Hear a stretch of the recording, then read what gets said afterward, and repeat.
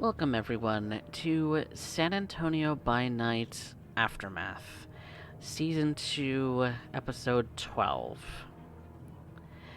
The Coterie, the Iconoclasts, have been going about looking into the different leads that have been plaguing them for this Second Inquisition threat that they have discovered in the introduction of Sebastian Moore to the city, as well as some of his compatriots. One of which is a person they know simply as Harrison. One of this person whom they don't know the look of, whom they don't know any second name, who they don't know is affiliated with. They've been traveling around the city looking for any kindred who might know something about someone named Harrison. Brian and Ray and Jude met the ghost of San Antonio, a Nosferatu who claims that he is the one who gets rid of problems. Possibly, if they can get him on side, he might help them deal with this Harrison fellow. But they need leads first. So, Brian, give us some thoughts about what you think of this ghost of San Antonio and what your plan is going forward trying to find this Harrison. Very large individual. Seems to be very territorial.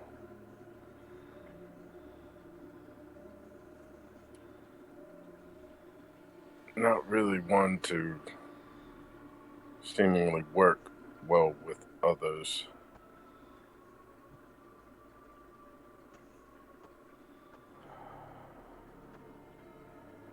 Have to very few leads, nothing really to go on, so that means getting out and pounding the street. Trying to track down somebody that I have no information to go on.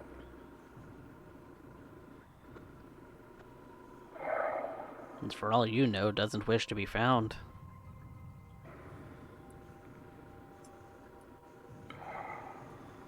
Without more information, there's nowhere else to go.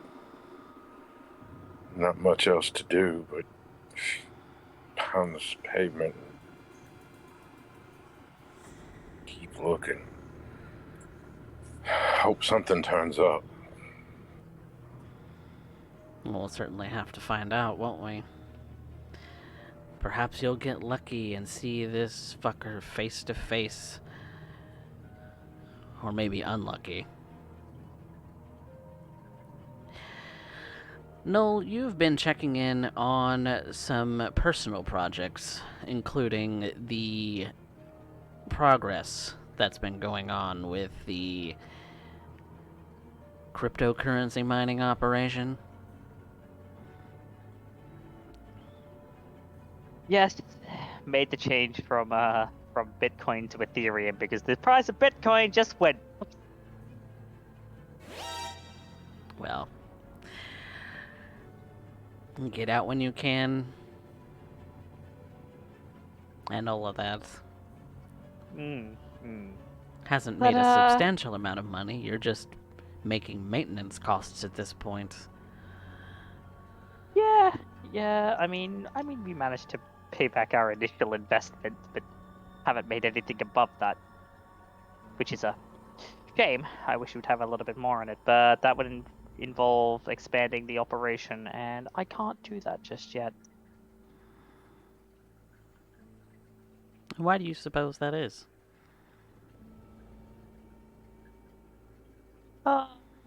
Just just a feeling that I get that parts are going to be a little bit harder to come by at the moment, and aside the basics, there's a matter of keeping this all hidden, and making it any bigger at the moment would require a change of location, which is more overhead. Hmm.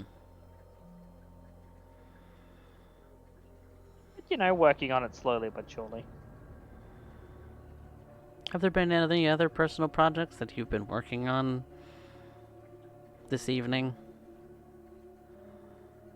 This evening, I did some reading earlier this evening regarding a little project I want to approach Maria about.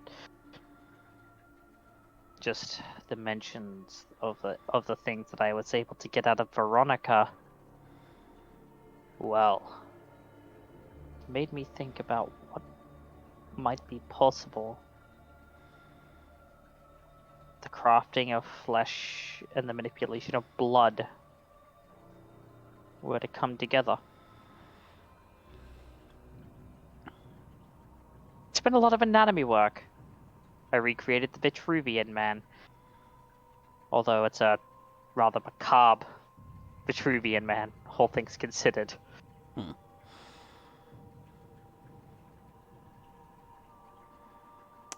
It's not something I'm ready to approach her about yet.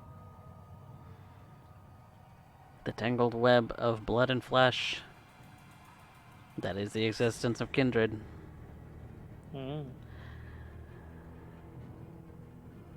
Maria,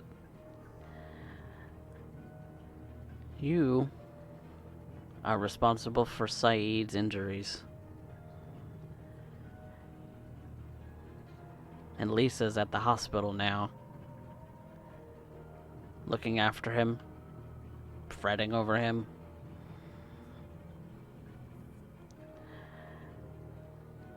She spends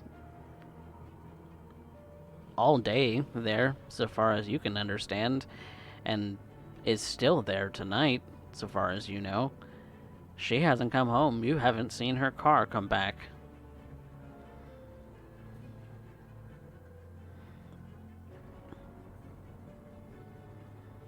Yeah. I can't stop thinking about it. I really can't.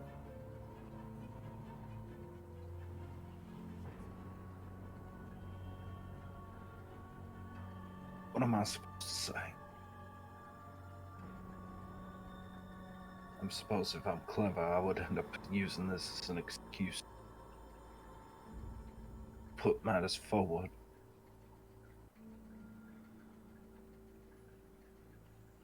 There's no way I can make this right. But I can't lose Lisa. Can't.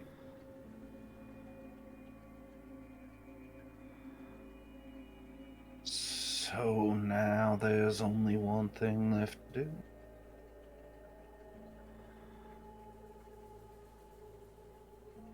I gotta end up. I made the mistake of letting myself get hungry. I made the mistake of not pushing forward. The monster I am is cutting loose again.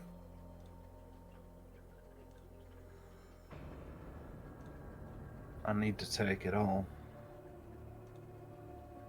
That's the only way.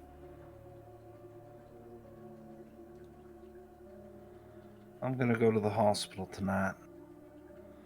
I'm gonna see where her head's at. I'm gonna make sure Saeed never speaks of it again.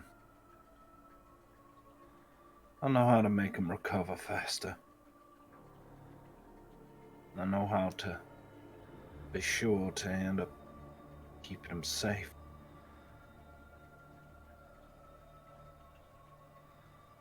I know how to increase my chances of feeding.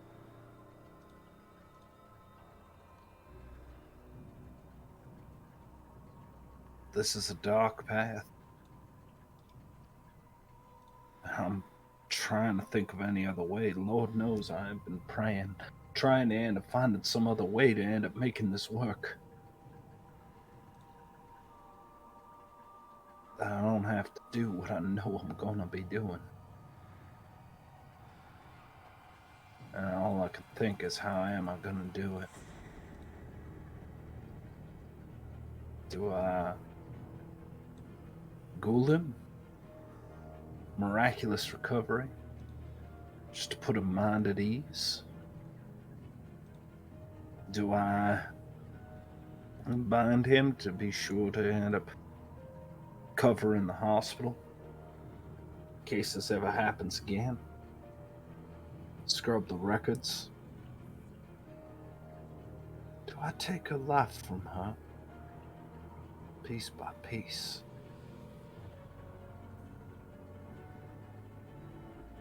Lord knows I don't even qualify as a person anymore. But I try. Maybe that's my mistake. All I do is muddle things up.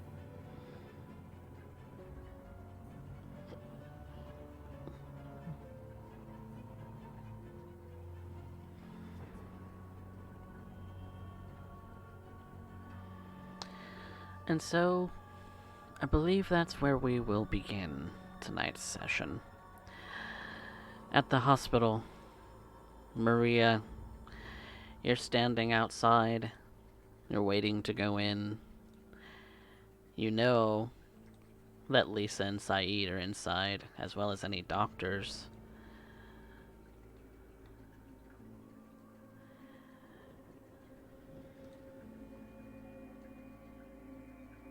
Yeah. I'm walking towards the hospital itself, looking about,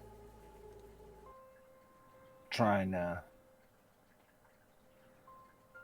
get some form of reception, maybe find some way to end up getting. Probably not really there when I end up asking for Syed Muhammad's room. I'm family. I probably stopped by, but I'm not really sure what I picked up. I know some kind of sandwiches, drinks, just something to sure Lisa can eat. Something that ain't hospital food.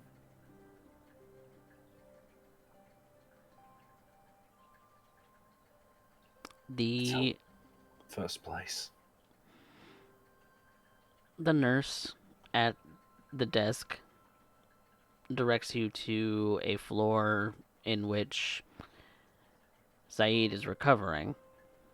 You assume that Lisa's up there as well. Has to be getting close to visiting hours being over. At some point, he's gonna have to rest. Yeah.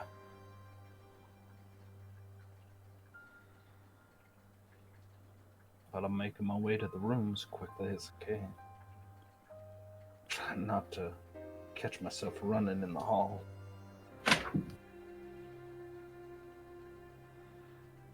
Up a couple floors. Down a couple halls. You see the room that you're intended to go to. The door is open. You do see Lisa there. Saeed looks like he's sleeping, but she's just watching him. Her eyes ticking to some of the monitors.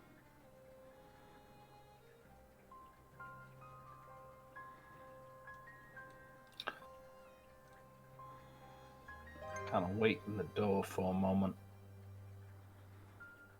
Just looking at her.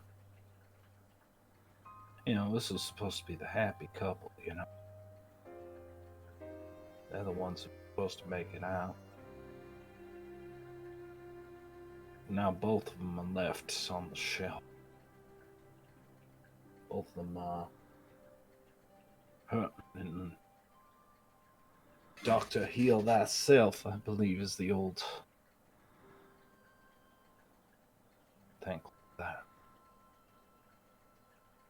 Felice just doesn't notice I'm at the door. Take a moment for the door frame and knock, get her attention. She looks up, a little bit startled, like she had been lost in thought. Maria. I thought I might bring you something. Oh, you're sweet. Coming to public hospital.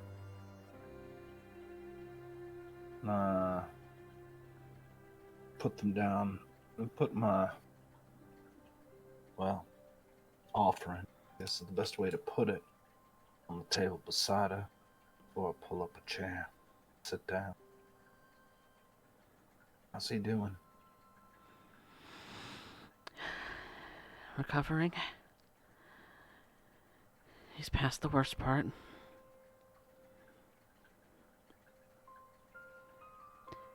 But the doctors say that there's the potential that he'll not practice medicine again.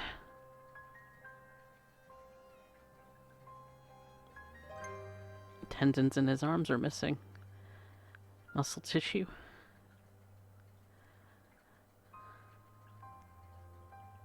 You see that tears start to well up in her eyes.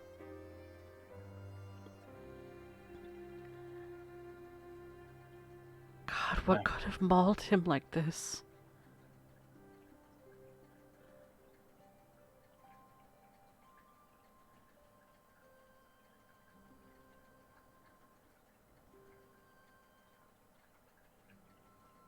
He'll work again. I know it will. God's got a funny way of making things work out. You've always been so optimistic.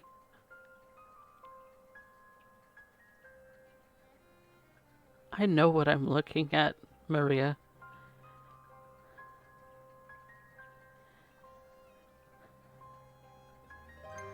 I've seen soldiers not come back from this.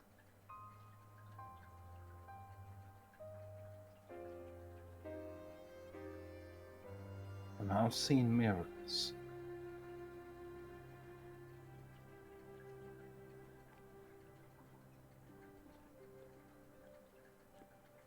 I don't know that I believe in miracles.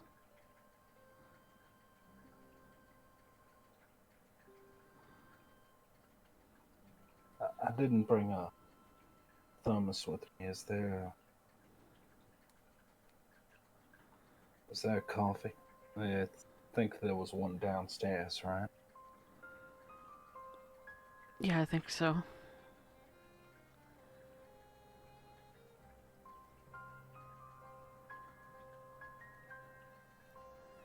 You wanting to grab a coffee? I think you need to. You were half asleep in your chair when I first got here. God, I couldn't sleep. Not like... Yeah, but you might as well be awake if you're gonna be. Besides, caffeine crash might put you out, and that might be for the best.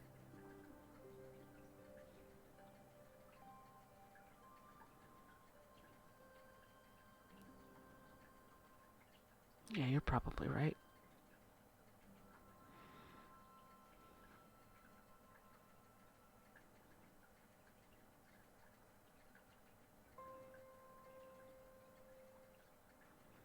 And she slowly gets up from the chair, her hand still wrapped around Saeed's for a moment, before she sets his hand gently down, just looking at him. His face covered in scratch marks and bandages.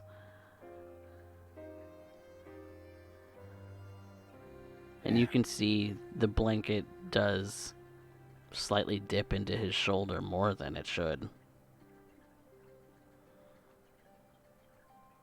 Doesn't take an expert to see that. No. Doesn't.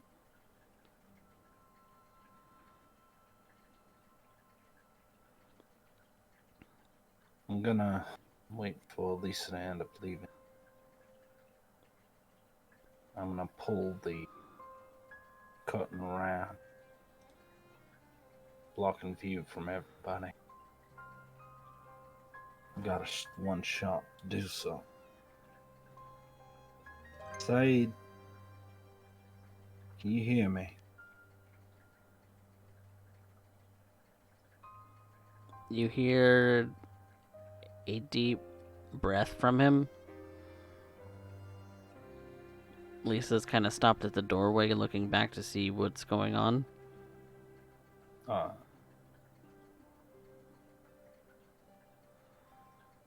Oh, I was hoping to end up waiting until Lisa was starting to make her way down the corridor beforehand. But, Oh, if you were intending for her to go by herself. yeah, that was the intent. Okay. Make me a charisma persuasion. Or a manipulation persuasion. Would it not be manipulation subterfuge? So trying to force her action? I'd say either one. You're trying to convince her. We'll see if you can convince her to go on her own or if she desperately wants company. Well, Derek Dice didn't bite me that time.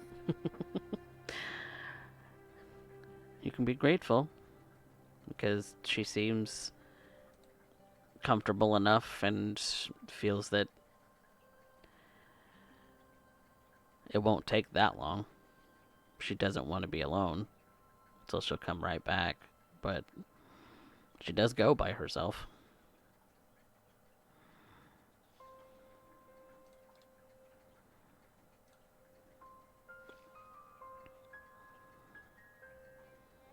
Saeed's reacting now. He can hear me. You see the not so swollen eye on the one side of his face kind of blink open a little bit.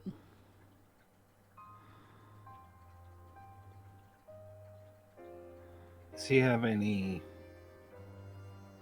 reaction to me? Anything that would make him afraid of me? No.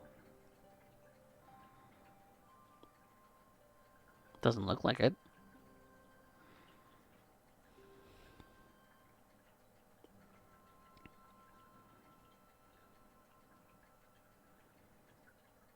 But he can't tell.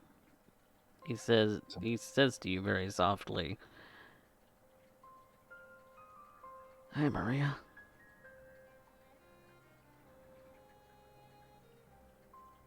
You know, you're good to that woman. She must be pretty good for you that she's staying with you this whole time. He tries to give a little bit of a chuckle, but he coughs a little bit. Okay. I try to be anyway.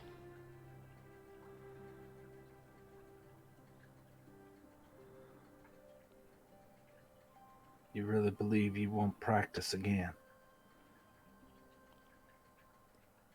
He slowly looks over to his mangled one side. You can tell it's mangled underneath the blanket, underneath the bandages.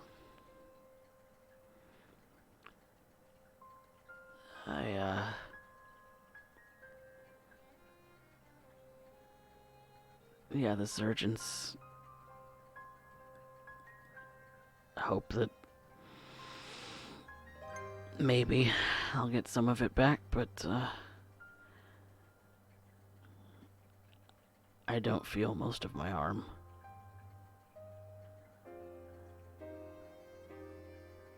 I'll take time to heal. Nerve damage is intense, Maria.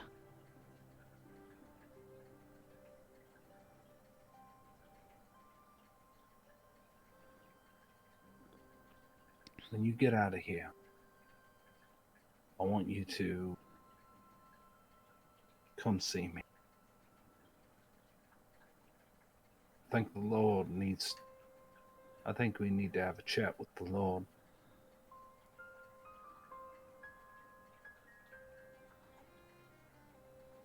What makes you say that? Because I'm going to chew him out until he gives you your arms back.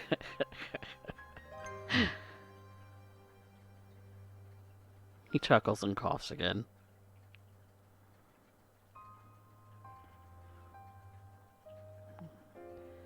Yeah. You want to end up getting on your feet. You want to continue your work. You do good work, Saeed. Always have. It'd be months, years.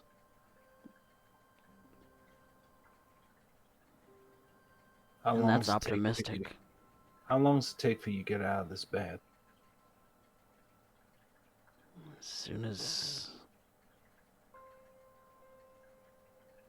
I don't know, I think there's maybe another surgery or two. Recovery time. Couple months.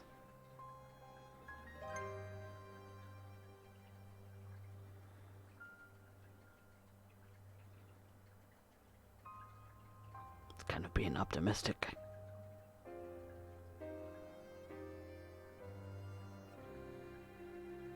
And then rehab after that, maybe.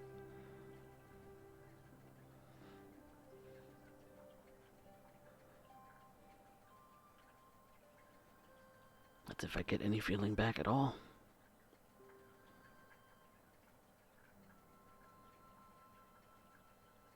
What's the damage?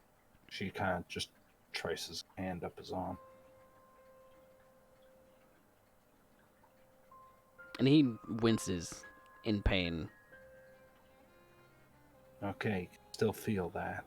Good, nerves are intact, right? That's a good sign? Yeah, some pain around the skin, but you see that he's attempting, but he can't move. He can't move that arm.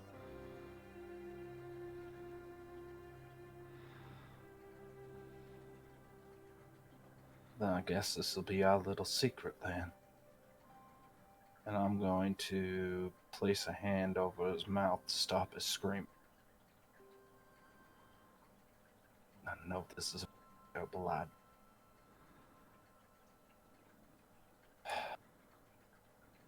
Success +2.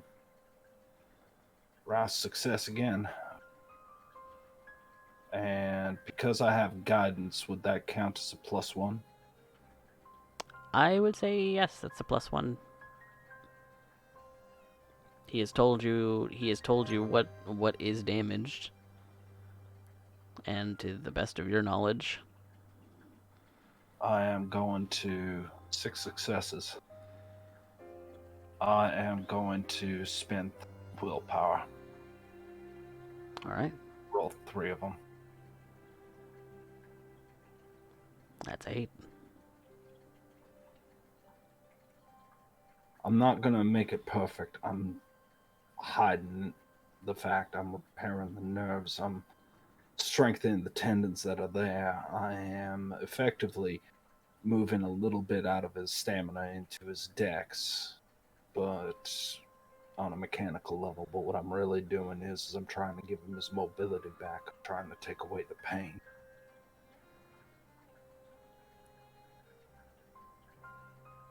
And to your surprise, you feel as if you are applying what little knowledge he has given and bestowed upon you. It's almost as if some kind of instinctual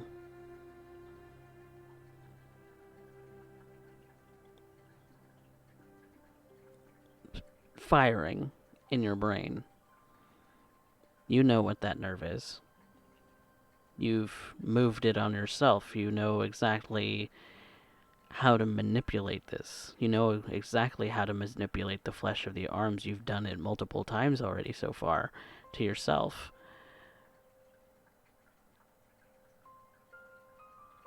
And you feel that nerves start to knit in him. You feel some of the connective tissues and the muscle begin to re-knit.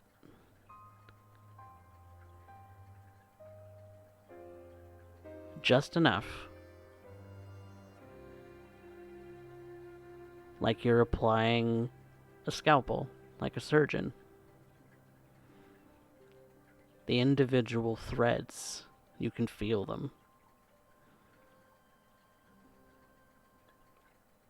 This is what it's like to apply it with precision instead of like a sledgehammer like you've done before.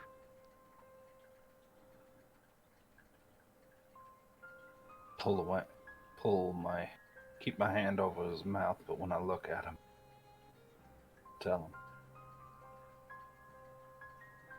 him, Lisa's an angel. I won't ever have this. You were cutting out. I didn't get that. Lisa's an angel for you, Saeed.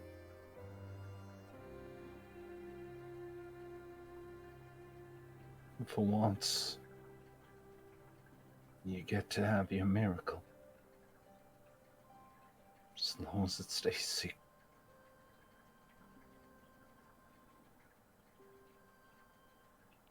She just presses her head on his before she pulls her hand away.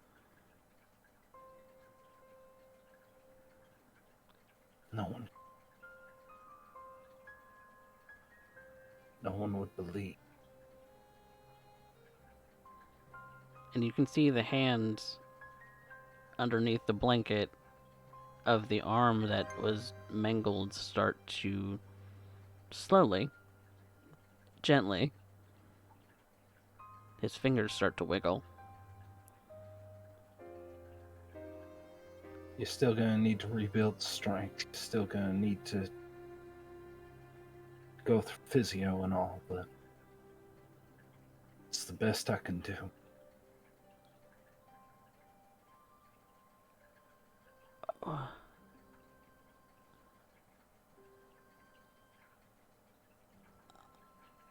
I'm confused. God told me to come today. Hey,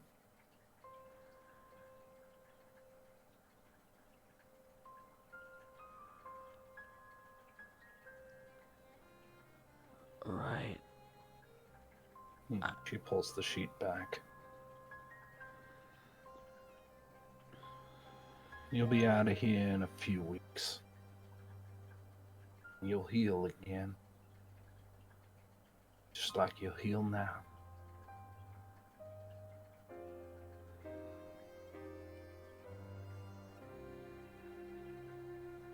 And I don't understand what just happened.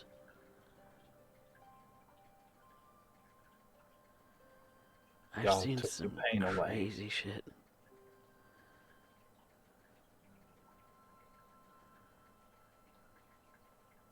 Took your pain away. That's all.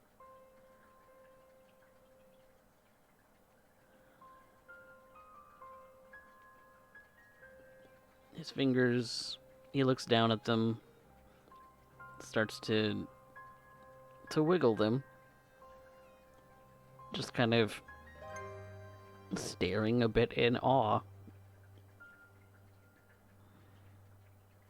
Rubbing his finger and thumb together like he can feel the texture of his own fingerprints again.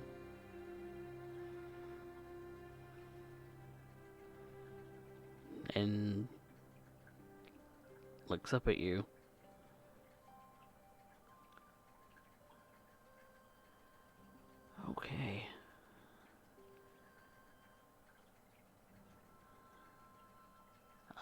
have heard of miracles, but I've never been the recipient of one before.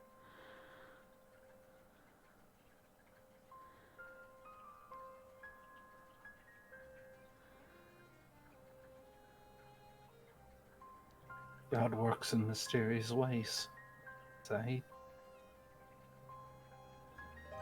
As I've heard. And now you know.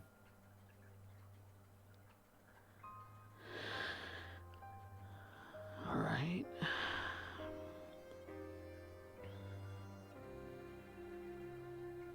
She goes to the lunchbox.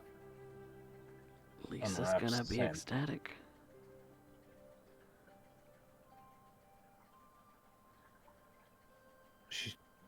Yeah, I imagine she will be. She takes the rosary, places it between her and Saeed's hands as she kneels at his bedside. Her hand clasped on his as she begins to pray for Saeed and Lisa.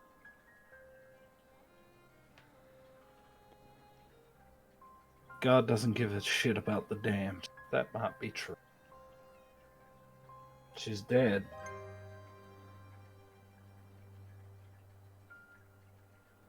But she just prays. God ain't gonna look after Maria. Least she can do is end up offering prayers for them. They ain't dead.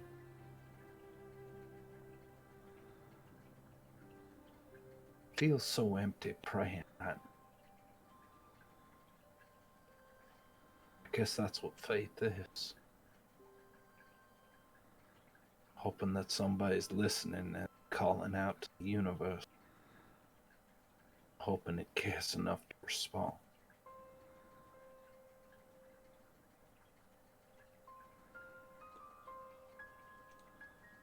And when you look up, having finished your prayer, you do see that Lisa's back in the doorway.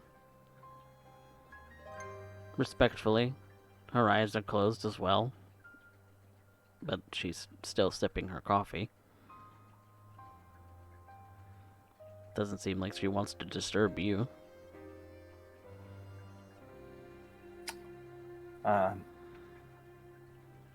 Take the rosary and place it back around my neck. Take a step back. Looks up at Lisa. Well, at least you caffeinated now. I appreciate that. I opened up a sandwich for you. I already ate, and I figured you might need a sandwich or two if you're gonna stay up here for too long. They're gonna kick me out eventually. Visiting hours are coming to a close. Your family ain't kicking you out of anything. I'll be all here, up here near all night, near kicking a fuss if they try. Well, at some point I'm gonna need to sleep. And Yeah. I really shouldn't fall asleep at the wheel. You need me to drive you? No, I'm gonna be okay.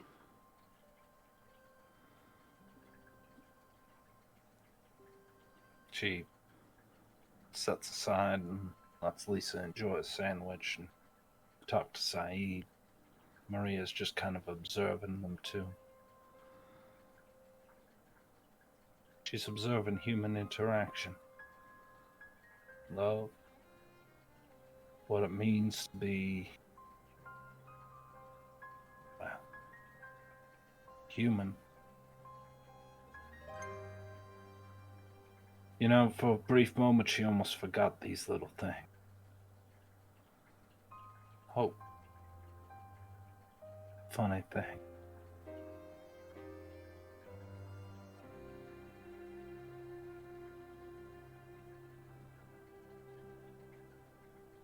Lisa's appreciative of the prayer that you've offered, the sandwich that you've brought.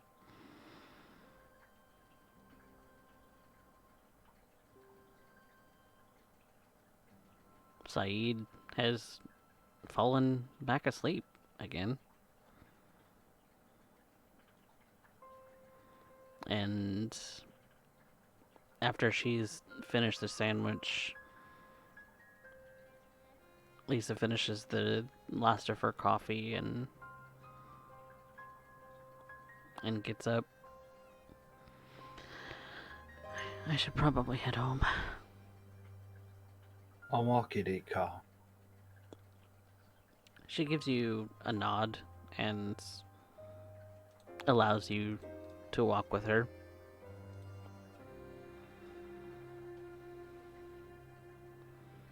I appreciate you coming by, Maria. It means a lot. Yeah, well, what can I end up doing for you in the meantime? Make this a little easier on y'all. You know somebody who can cut the grass? I might know somebody. Oh, Adam. Adam is still at home. Oh, God. It's alright, I talked. I mean, he's an adult. I just feel so terrible leaving him at home. Adam's a big boy. He'll learn to handle, and he knows how to end up cleaning up after himself. I'm more concerned about you right now. You put him up, and now all of a sudden all this happened. I put a lot of eggs in this basket as far as I can end up telling, so least I can do is look out for you.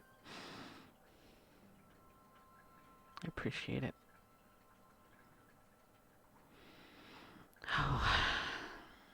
Enough to take me out to a gun range one night? Given that we seem to have wild dogs. Or something. It might not be a bad idea for you to, you know, learn how to fire. Somebody mentioned something about a crack shot. What was it? I'm legitimately forgetting. I think it was Henderson. Crack The other, Oh, the Second Inquisition member were Harrison. hunting. Some guy named Harrison. Harrison? I don't know any Harrison. I don't know. My mistake. For all I know, you gun nuts all hang together. Have Second Amendment tea parties or some shit.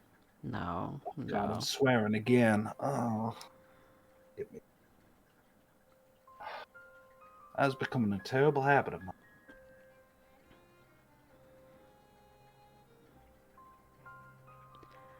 Not that I mind it all that much, but if you're bothered by it, then It's the little things, you know? You let the little things slip and the big things start coming. Yeah. Nah.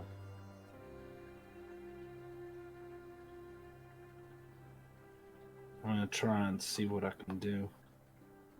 Make sure this never happens again. I'm gonna be This kind of thing has never happened in our neighborhood before. No, but the Rodriguez's place was just the start, wasn't it? Ramirez. Or Ramirez. We knew it was happening here the second that ended up happening. We knew it was all going to come down. Yeah, but that's drugs and, you know, shootings and things like that. This was a mauling.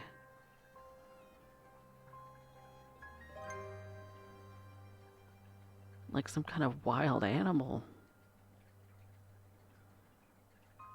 If we're gonna have, I don't know, coyotes or bears or wolves, that's too far into the city. What in the hell? Maybe I need to start laying out bear traps. If you think that'll help, I don't... Trapping requires a permit. You're probably not going to get away with that in the city. but I'll figure something out.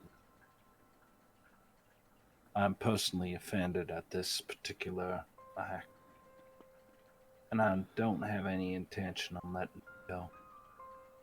But you need to get yourself some rest, and I will pray for Saeed. I know a miracle's coming your way. You're long overdue.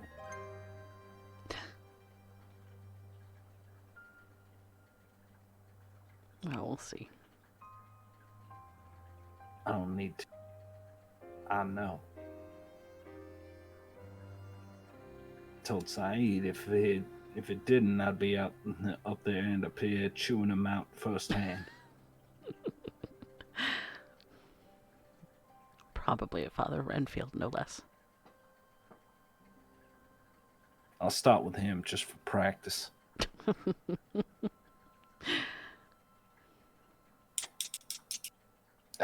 He's always been good to roll with the punches. I don't think he'd mind. Yeah.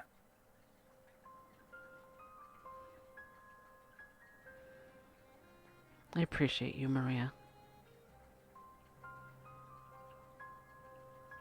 You've been good to us. Try and be good with everybody.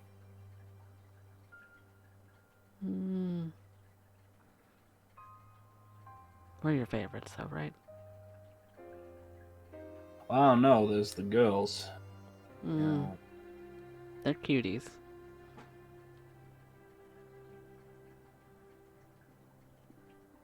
Tim go get ruffles my feathers, but that's because we don't agree on everything. Yeah, well. It is what it is.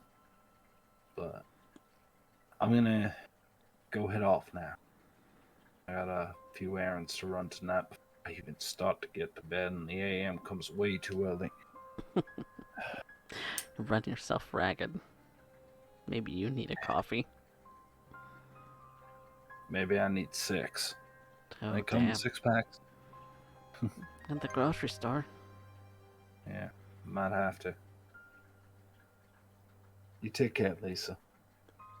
We'll see you, You look Maria. over that man of yours. Oh, don't you worry. I'll be back in the morning.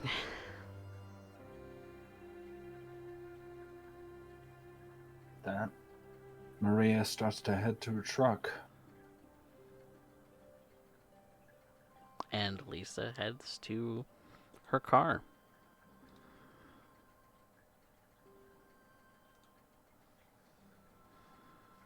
I think it's at this point Maria's gonna be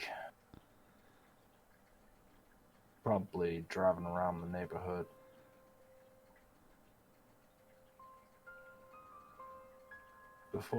Just a quick one before she gets back to it. Her and Nicole have got some work to do. Yes, of course. There's plenty of work to be done. Never ends. There's a rabid dog in the neighborhood, after all.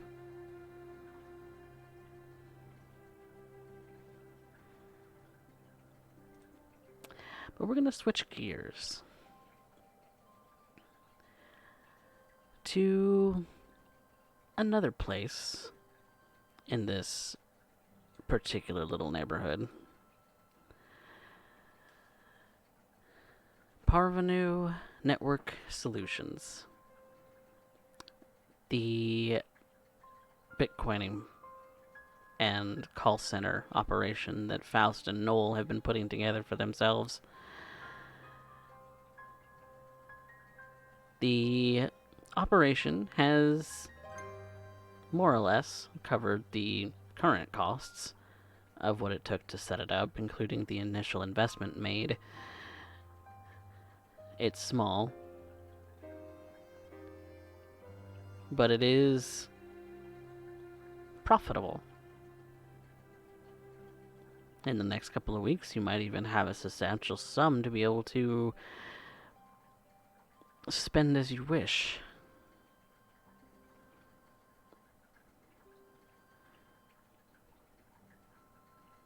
expansion would be nice.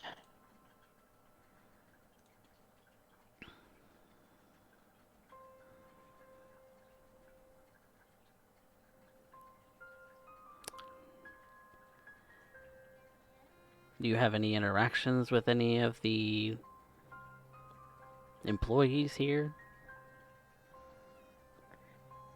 Do you talk to Faust at all? Yeah, there would be a check-in with Faust. Let him know what's going on. Kind of keep him up to date on the coteries activities. The things that have been going on.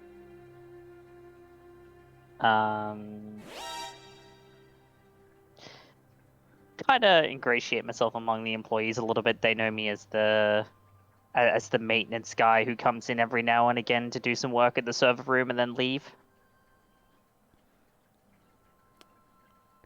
You are definitely becoming a regular mainstay amongst the night crew. Some of them know you by first name. Yeah. Others just seem to call you the pretty boy.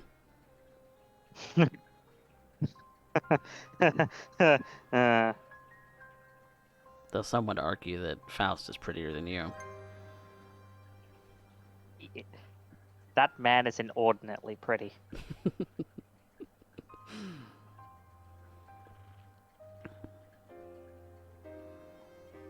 But I suppose that always brings up the point of if only they knew. If only. Better that they don't. Really. But I have just made the changeover from Bitcoin to Ethereum, holding its price a little bit better at the moment. Always got to keep up to date on the latest things, and it's simply a matter of the basic mining algorithm changes.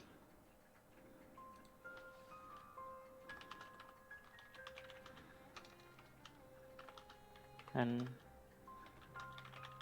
that's all it requires.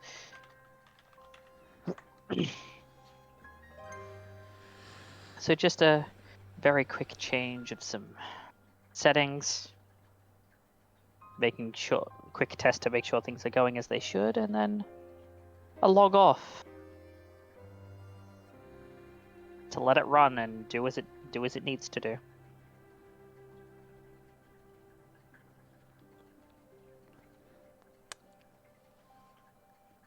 And without any further complications, it goes back to doing exactly as what you had informed it to do. And so Good. you start to make your way out of the call center.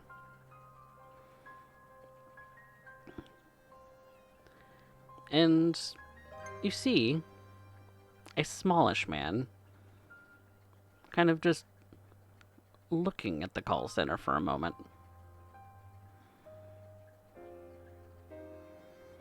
Just kind of pondering. His hands behind his back. Blonde hair. Rather short. Watches you as you leave for a moment.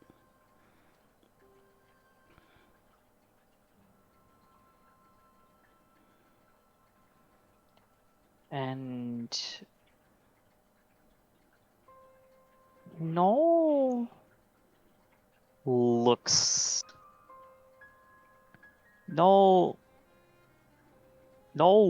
to this man there watching.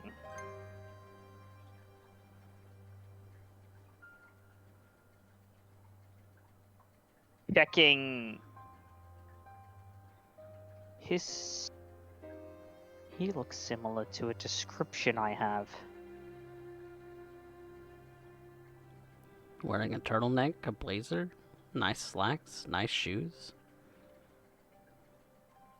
Oh, no. The physical description. Short, blonde, bowl cut.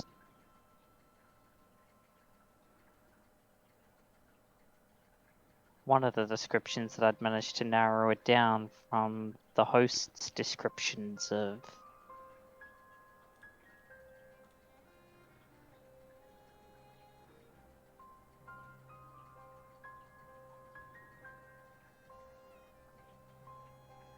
He doesn't say anything. I am going to sidle up.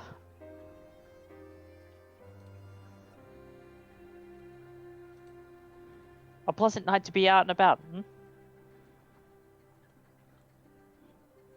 Why, yes. Yes, it is.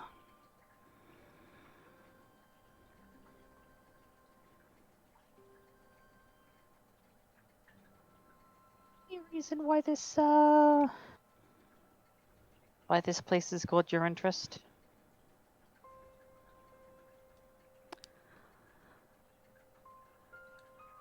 I had a thought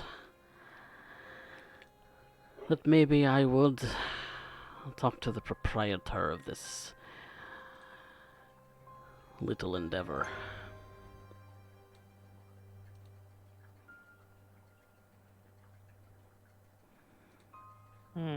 Do you happen to know him? I do.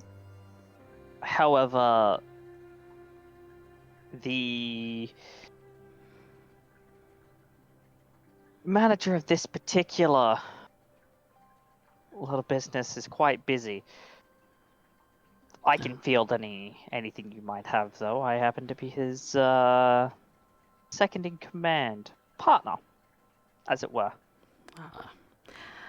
Well, that is a shame.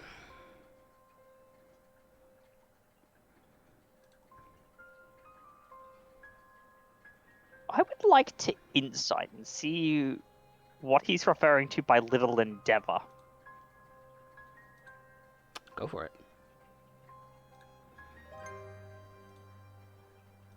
I'm doing a fucking subterfuge roll up against... no, an insight roll up against a, what one would consider to be a god amongst men.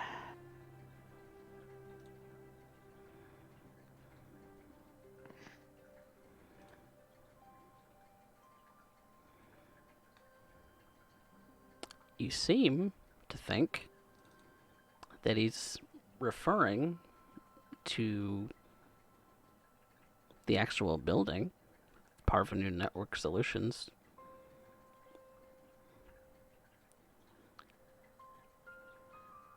This call center,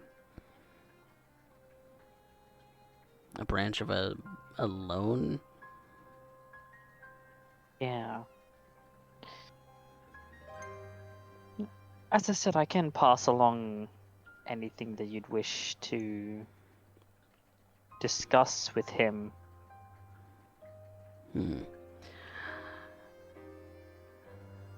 Well, it's not important. Not currently, anyway.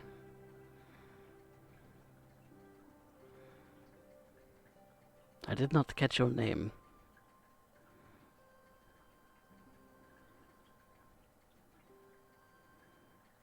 No. No.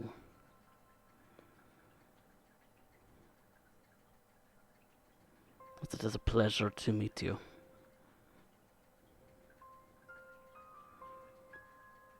Likewise. You may simply call me Josh.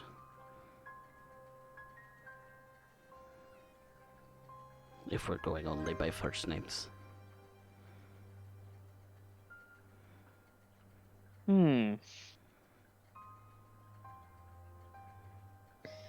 I mean, I could give you my last name. But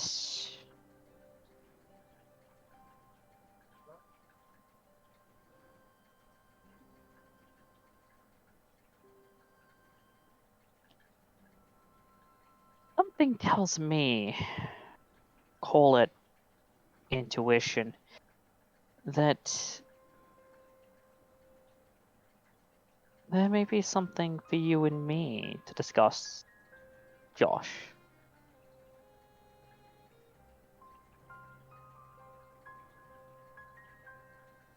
I don't know what it is that you think that we could discuss. Perhaps you I would think that satiate my curiosity.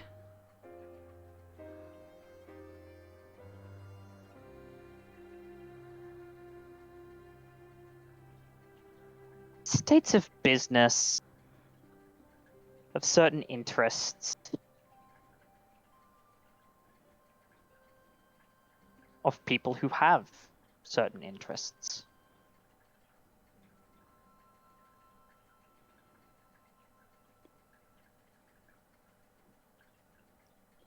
Then if you have things to discuss, then lead the way.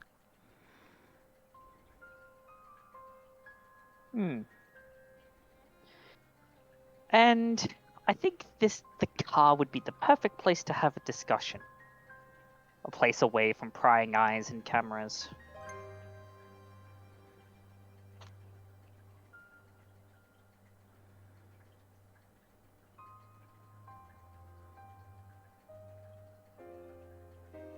He just simply watches you, sitting in the passenger seat.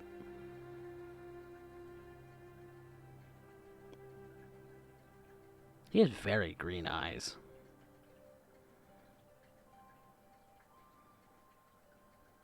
Noel lets his neck, it kind of stretches a little bit.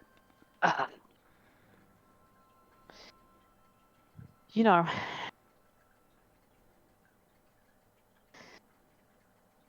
I figured that something like this would happen. But I didn't think it would be so soon. I could be completely off base, but then again, I could also be 100% correct.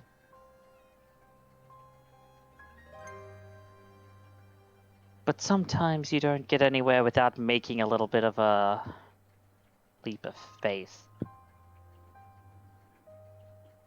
I'm sure.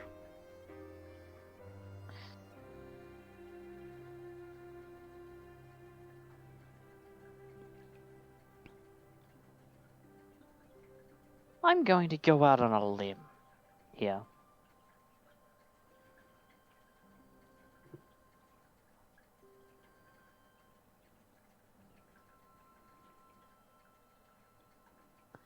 That if I'm right, well, all I can say that it is a absolute honor to meet someone of such renown, we'll call it. And what do you know about me?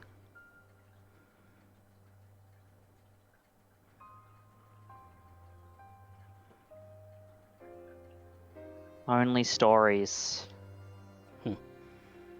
Accounts first hand, second hand, third hand.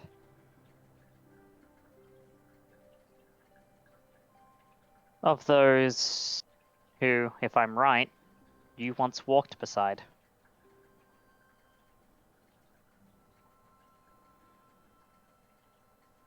I have said that my name is Josh. I don't know who it is that you think I might be. I am no one.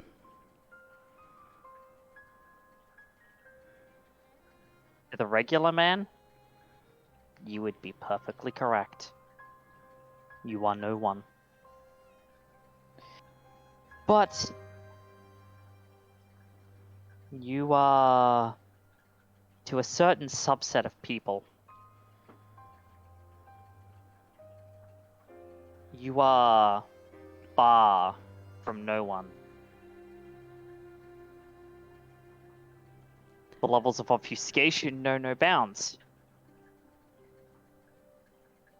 And to be quite fair, Mr. Stoneford, the same could be said about you.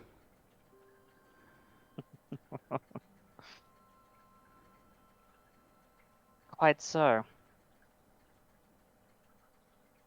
Quite so. Mr. Doyle.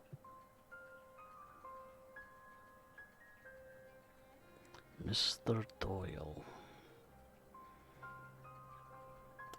That is who you suspect that I am.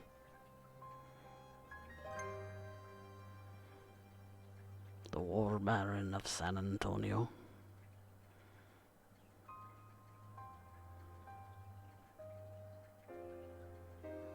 If there has not been some other obfuscation that I've missed, yes.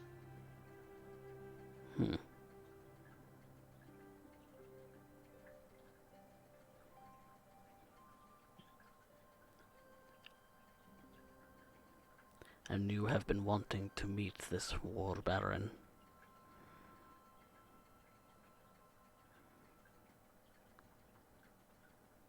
I have.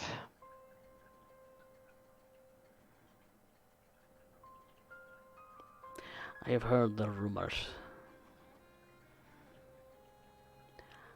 I have seen the splash that the iconoclasts have made. You are very loud.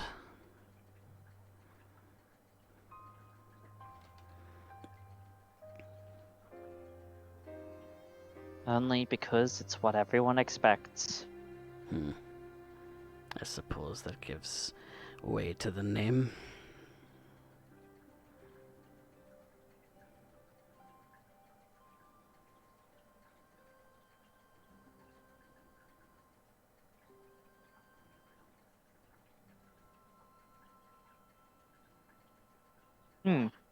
It does. But it also provides a wonderful little smoke screen.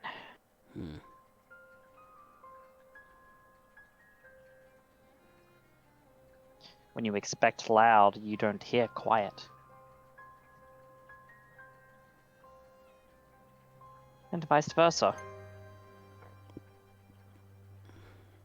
Because we, the royal we, have a little problem with changing perspectives.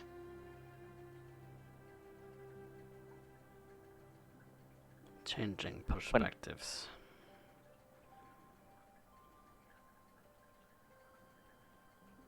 When a group of people is nothing but loud, until the quietest noise gives hint as to otherwise, you don't expect quiet from someone who's loud. You don't expect loud from someone who's quiet. And it's always a surprise when the switch flips and the table turns.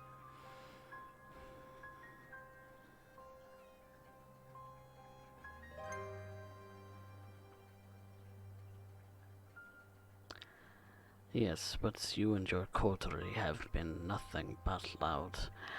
There is no quietness about you. You have paraded around this city, telling the barons to their faces that you suspect a problem, and you don't trust them to fix it.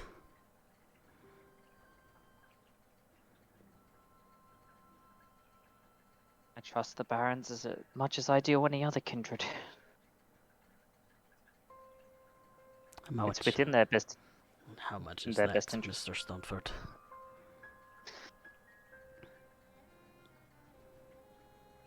Enough to know that when a threat to the collective is posed, that they'll work in the right ways, but not enough for us to be so naive as to think that personal agendas are not being worked towards. And if I'm to be frank, not enough to, whilst working apart, solve this thing.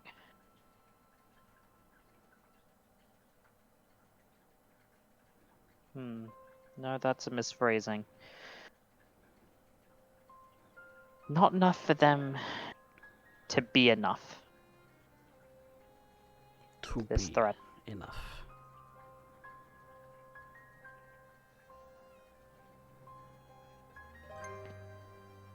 Over the night, it has become increasingly obvious that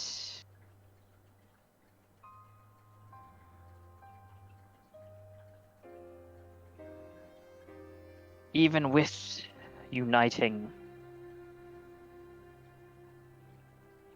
even if I made Baron Jameson put aside his differences, because I know Baron Jameson does not like the host very much.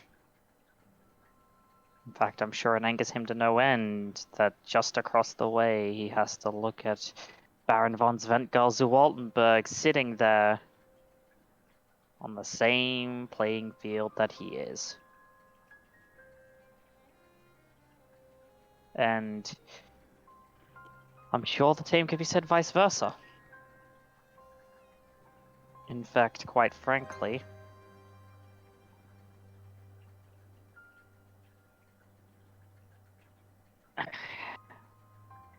I'm sure that the tensions are right now such that if someone were to place something in the right manner,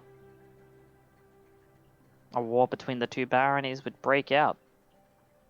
Something that, as of right now, cannot be afforded, and from what I've seen has made very little effort to be avoided. And that's to say nothing of Baron Batista. I have not spoken to her, so I would not know her mind on any of this. But if this is how things are between two of the three constituent domains, two of the three what are meant to be the wisest and most powerful kindred in the city, at least politically speaking, and it doesn't bear a lot of hope. And as such, I dig for a man who does not want to be found. Not because I truly wish to disturb him for no reason, but because I truly believe I do not have any other choice when it comes to the continued survival of us and ours in the city. Tell me, Mr. Stoneford, what do you know about this city?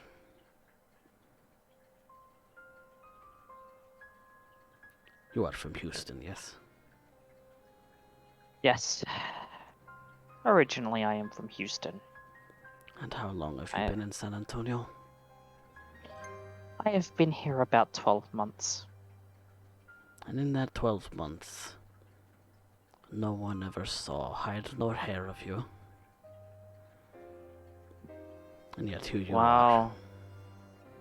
If you saw how, if you have any idea of how we in the Iconoclasts are treated now, imagine that 12 months ago during the height of the Camarilla invasion. I would have helped if it hadn't meant my head going on the chopping block, just by virtue of who it is that I am. In fact, some would have would have wrongfully assumed that I was Camarilla. Are you sure about that? People say it even now.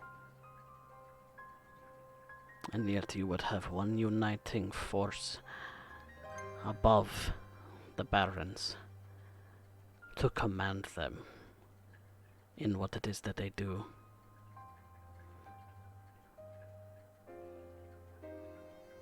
To me, that sounds like you would have opted for Kyle A. Calhoun taking princedom in this city.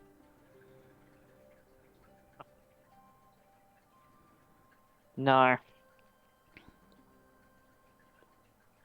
How am I wrong? Simply put,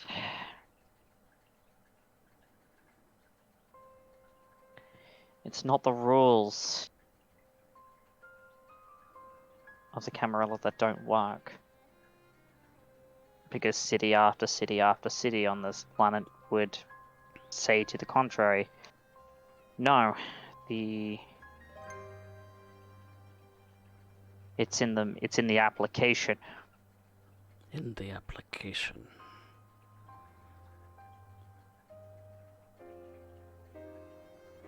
Yes. How is a war baron presiding over other barons any different than a prince?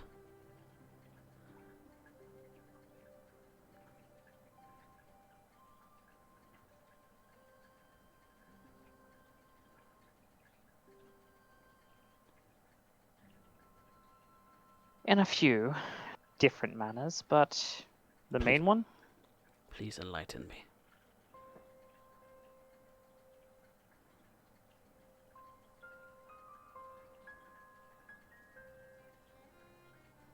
Because in times of war,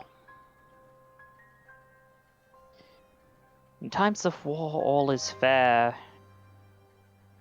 But in times of peace, what need is there for a war baron? And thus the war baron stepped down from his position, and Baron von Schwentgau-Altenburg took her place. And yet a war comes again. A war. No, what I see is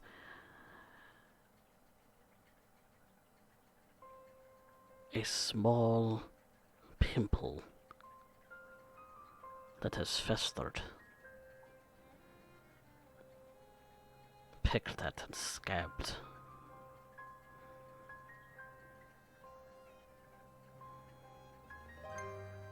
But no closer to cleaning out the wound, or knowing exactly what infection it is. That is what I see.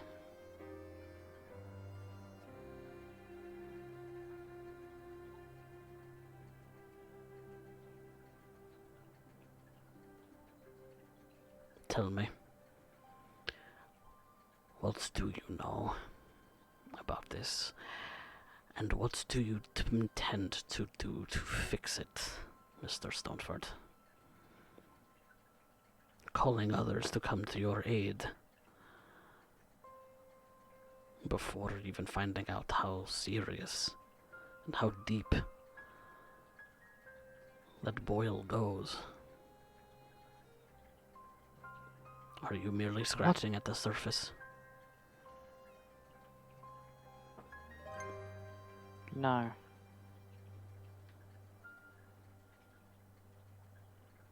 The infection in question has something to do with something called Project Daybreak. Daybreak. Apparently. Something based out of Detroit.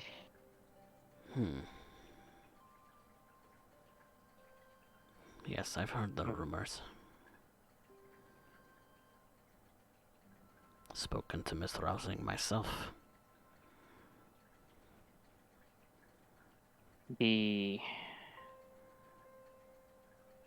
As I'm sure you've heard, the Iconoclasts have had confrontation with one such operative here in the city. Went by Yes. the name Sebastian Moore. I am aware.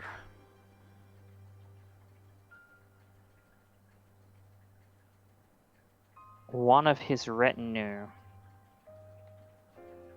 is one that we've yet to find, and one that I would consider to be one of the more dangerous. A man who we simply know by, at this point, Harrison, a weapons specialist, loaded for bear with incendiary ammunition, among other things, I'm sure. And you've seen this. I've seen the ammunition used And I know that I've seen it used by more, and I know Harrison was the one supplying and managing the goods.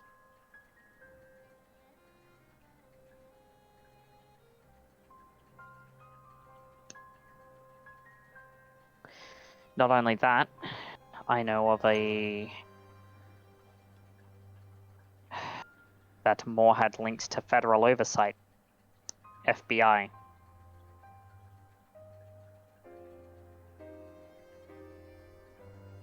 And whilst Moore was seeming the radical,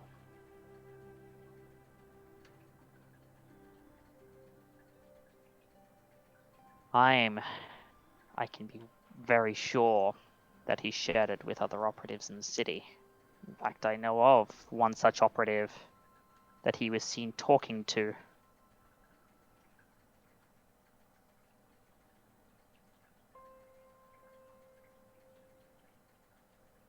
Last name Lopez. Didn't get a first name. And I no doubt have the suspicion that with the removal of Moore and 2 of his assistants, that Harrison has no doubt gone to seek assistance from this Lopez, trying to get him in on this, on what they came here to do.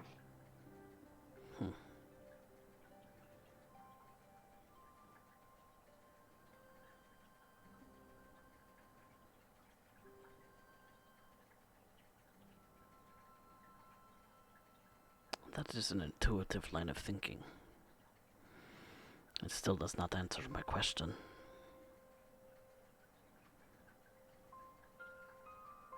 On what I'm intending on doing about this infection? Yes.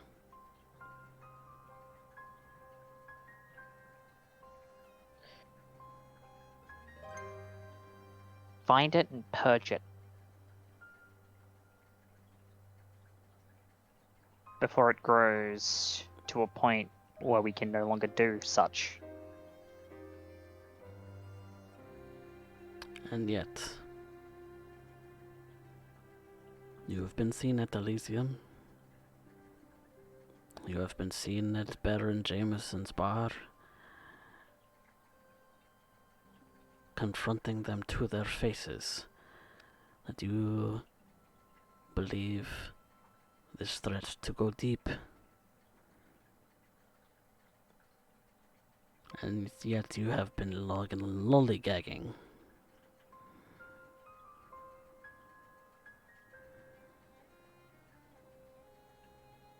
There is a lead, or a few leads being followed by the rest of my coterie.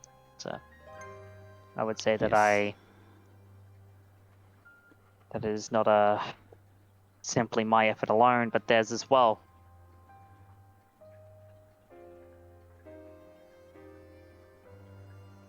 The proprietor of this establishment, Mr. Buford, whilst dealing with Moore and the 2 compatriots he had with him,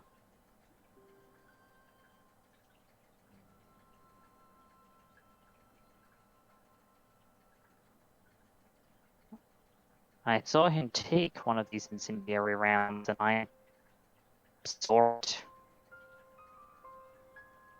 set him alight.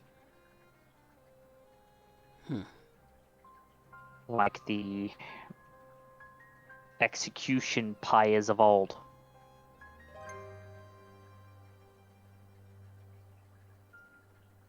Like a modern way of burning at the stake. As fires tend to do.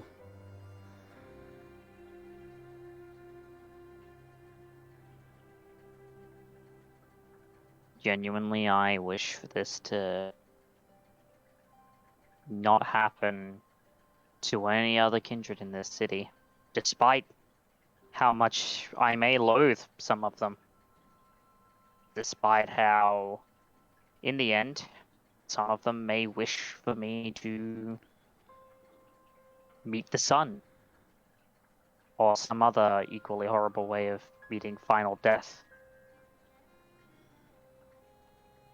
To be quite fair, Mr. Stoneford, there is no easy way to meet one's final death. You do not simply die in your old age.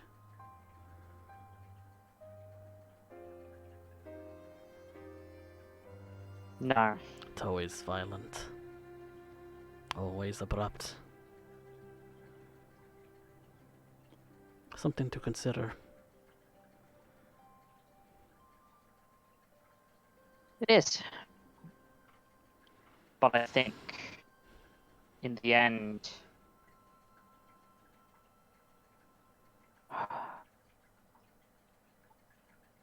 the freedom to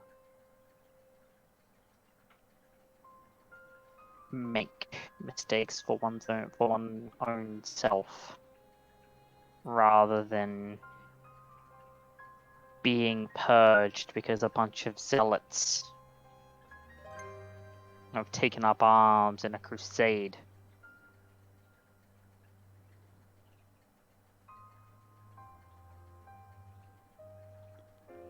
I think that ends up serving better. Not majorly better, but better. Because although we are blessed with time infinite, that's not the case.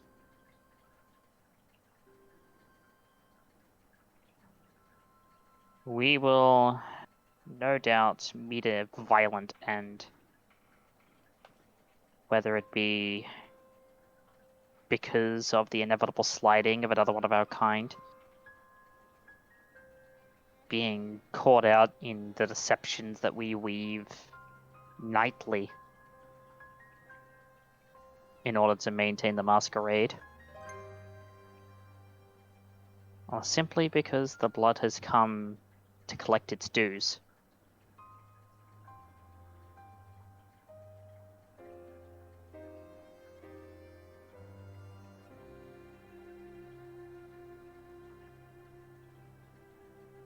But I think one should be free to be caught out in their own trickery, to make those mistakes, to exist for a long enough time that that voice inside one's head comes knocking, saying, I have given unto you, and now it is time you give unto me.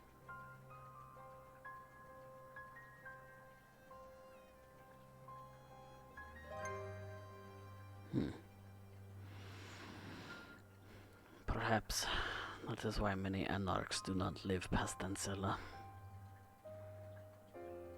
But that is neither here nor there.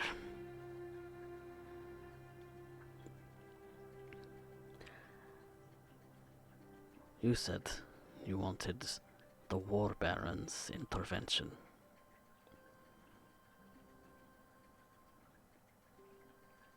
To what purpose?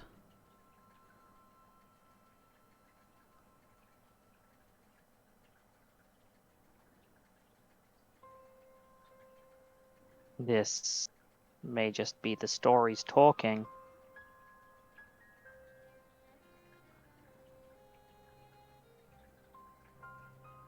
But I would believe it when one would say that you are a man of near unparalleled tactical acumen,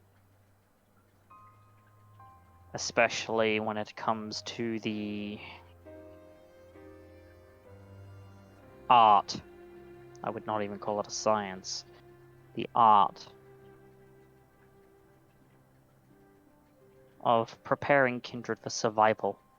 I would not say war.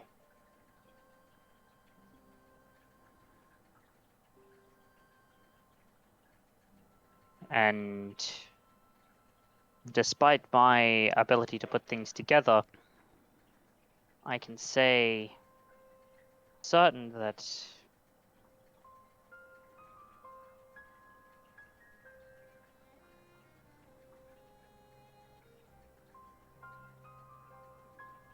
there would not be survival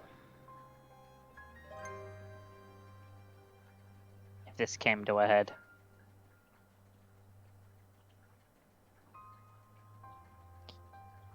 In fact, I would say that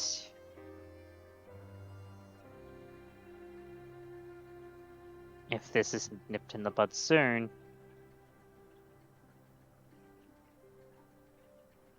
that it is possible that we would look at Detroit 2.0.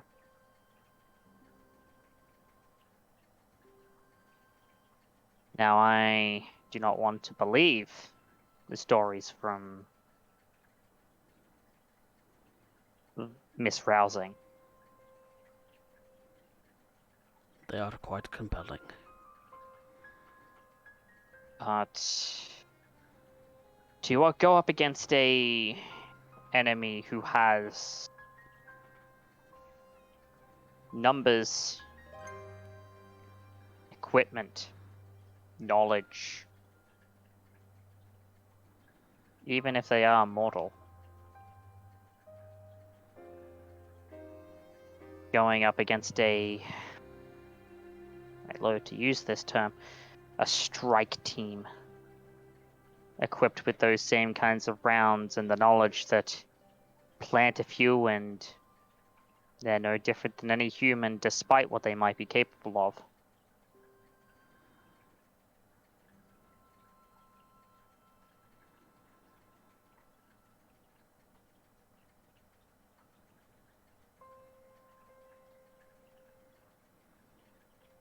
I'd like to think I learned well of my clan's ways, but there's very little that I'd be able to do against a threat like that.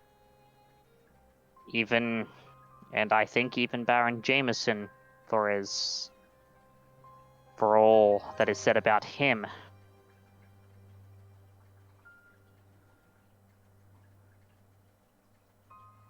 I don't think he would be able to either. Not because I don't believe him to be powerful. But you do not have faith.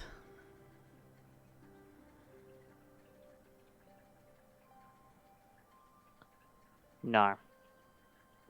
You are an intriguing sort, Mr. Stoneford.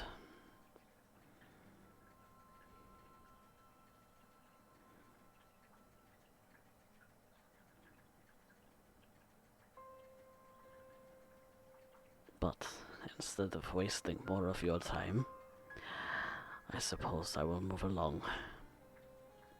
You have work to do after all.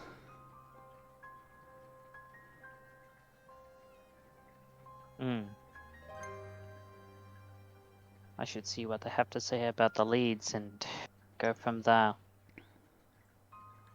As you said,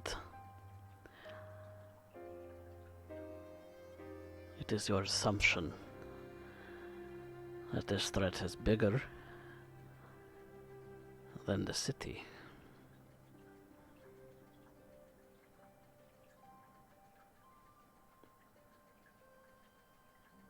I suppose it's your job to prove one way or another. But don't let me be the one to instruct you on how to do that.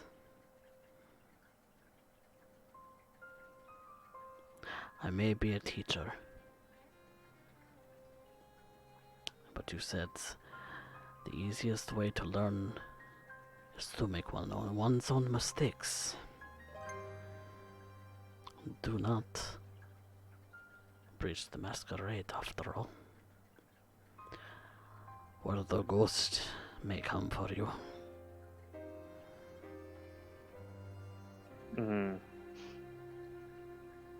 Always lingers at the back of my mind. As it should.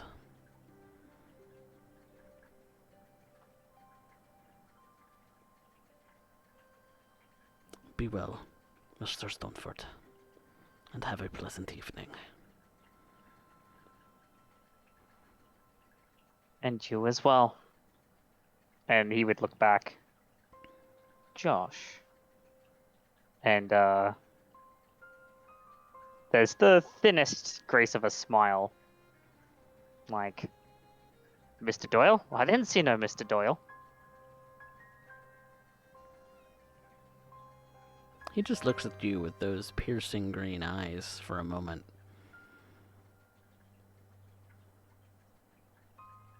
And then goes to exit the vehicle and begin to walk away.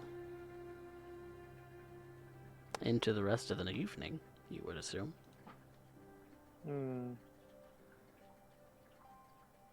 As he goes, I'm going to very quickly listen out for anything. Are you looking for anything in specific?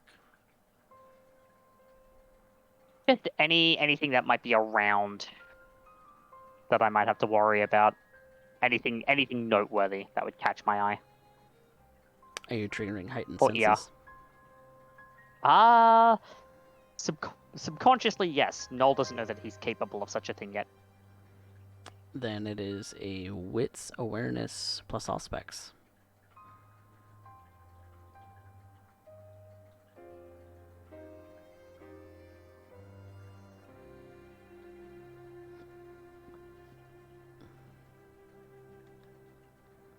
I will, I'll put a willpower into that. I have 2 to roll. Oof.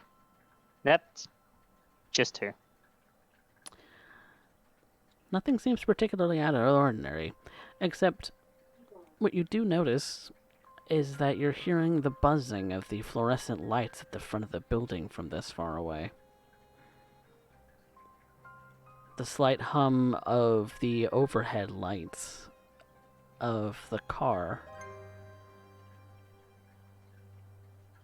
The slight little jingle of your keys as the momentum is still in them. Light. Hardly moving at all, but you still hear that slight little jingle. That's weird.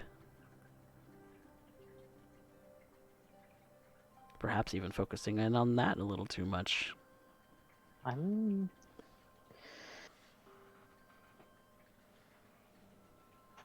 This is something that the kinds of senses that those of Clan Toreador are renowned for.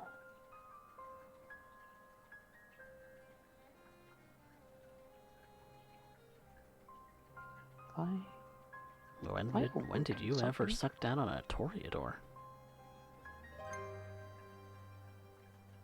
Never a Toreador, but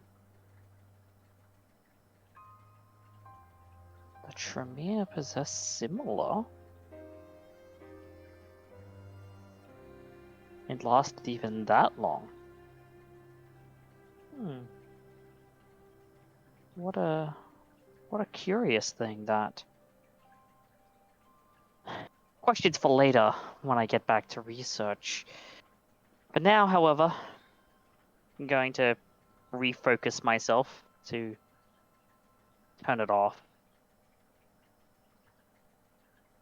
Resume a regular level of focus rather than the hyper-focus I just had. And In your senses, you do notice do dull. And to move back to the Coterie Haven. I believe that is where we are going to take a quick break. Where the coterie will reconvene at the Haven, and we will have a discussion between all of our coterie members about what they've seen of the Ghost of San Antonio and Josh. Don't go anywhere.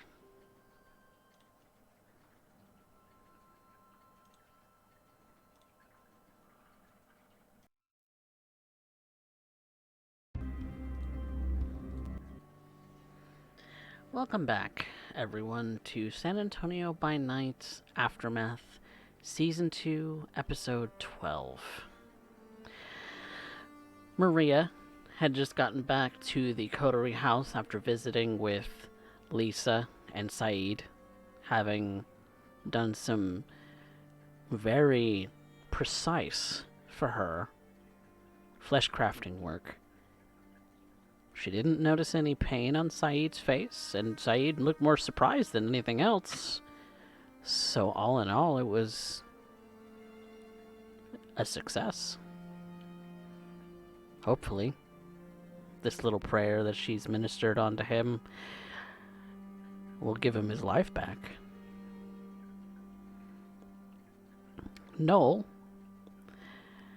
is also arriving fairly quickly after coming back from the call center, having had an interesting conversation with an individual simply known as Josh.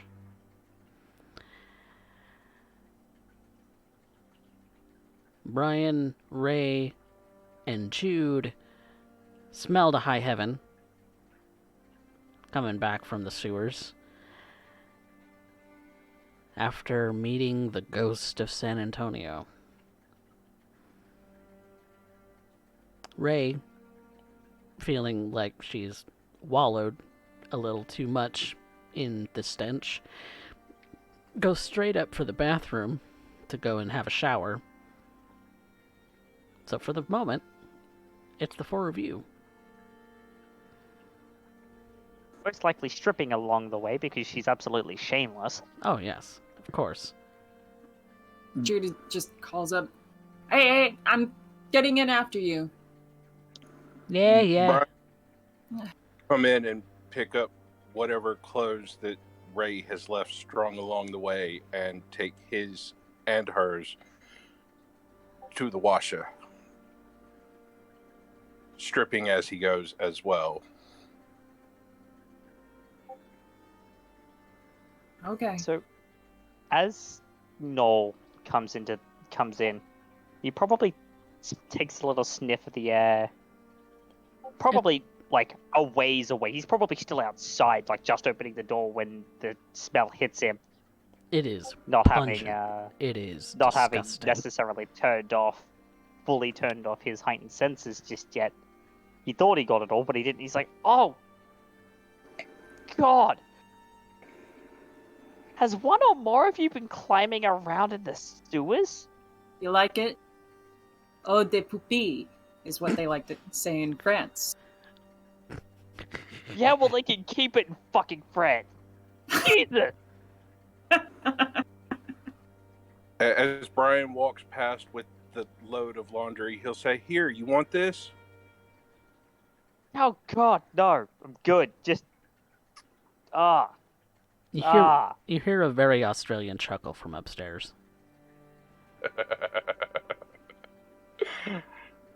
Oh, God. So, any reason why you guys decided to go climbing around in the sewers? Find anything interesting? You know, just checking out. Ghost of San Antonio.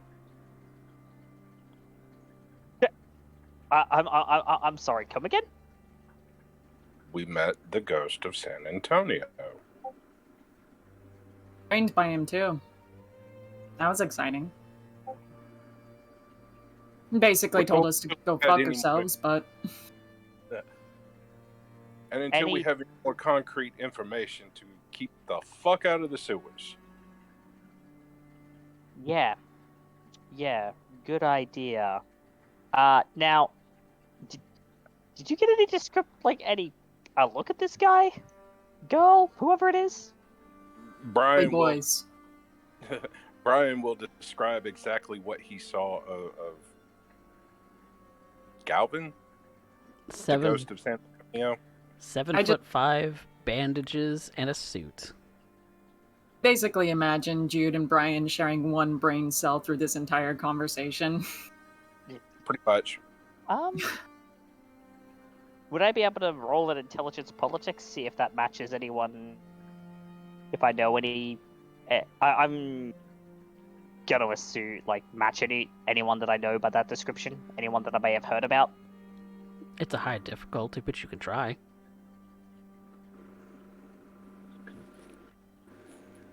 Well, it's probably one of the only really good things that I'm good at. So one of the things that I'm good at. So I figured, it would make sense that I would take a crack at it. That's 5. 5 is not bad. Sounds very Nosferatu. Yeah, I know a Nosferatu by that description. Especially with the hanging around the sewers and all of that. I mean, that's your assumption. You don't know this person offhand. Yeah. I don't know who, It but looks very nice. yeah, Nosferatu, but in a suit. That's a little odd for climbing around in the sewers in, although I'm not really one to talk.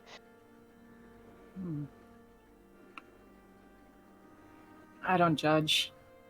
I mean, He also had this wonderful trick of just disappearing.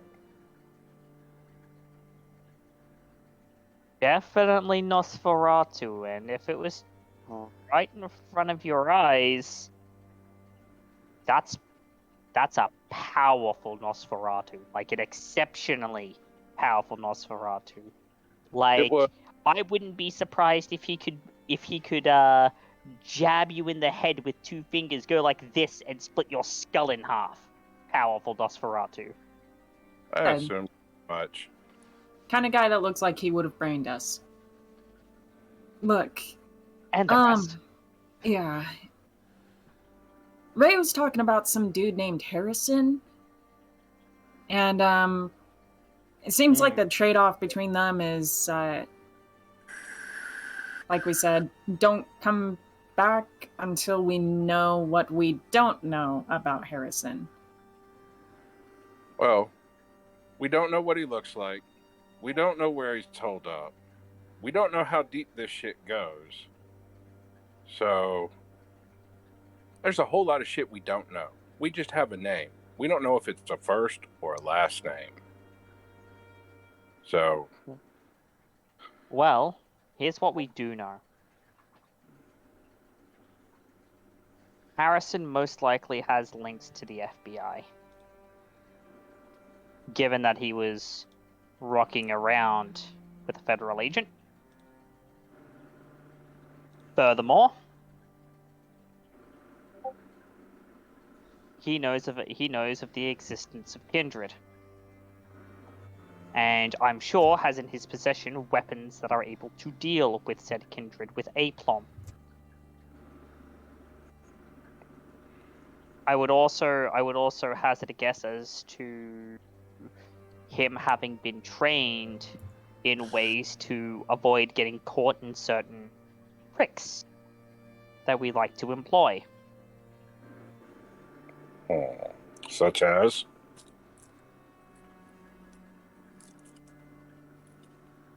Such as the issuing of mental compilations and commands requires eye contact.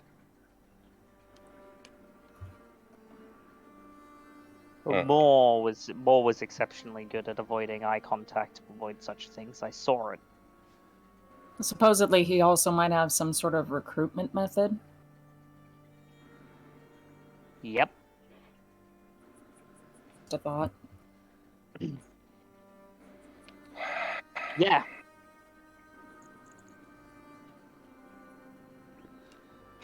And the rest. I'm gonna be What? honest.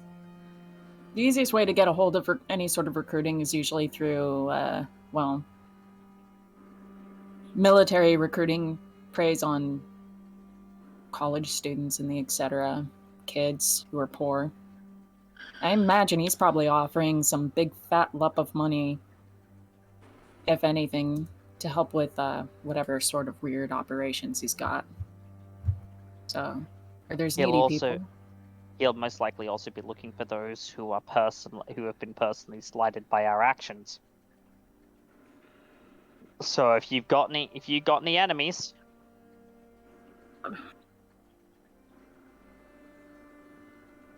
Have I got any enemies? Have I got any enemies? I'm talking, kind enemies.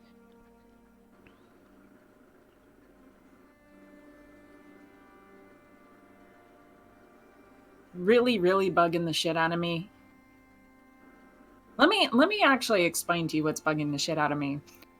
It seems like everyone is spreading out, trying to figure out this whole Second Inquisition thing a bit further. But no one is really trying to get information. Rather, instead, we're just being like, oh, there's a threat. Oh, there's a threat. But no one really sees it.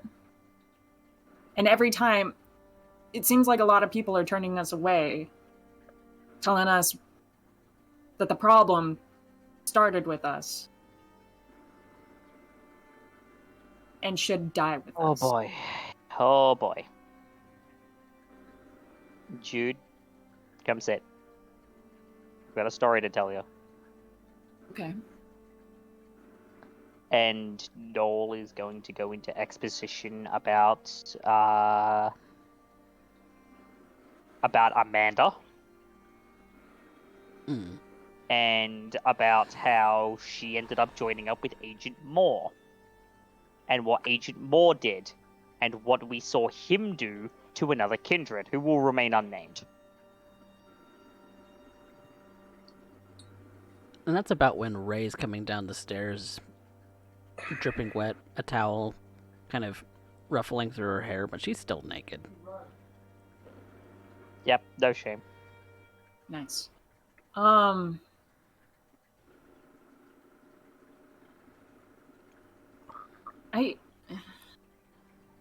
Fuck.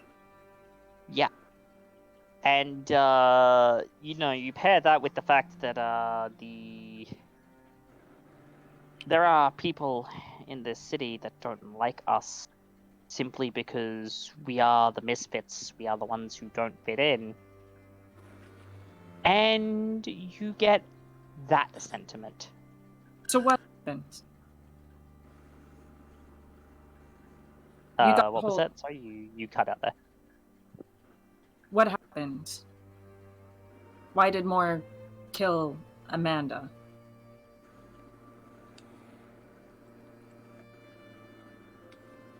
Prevent her from speaking.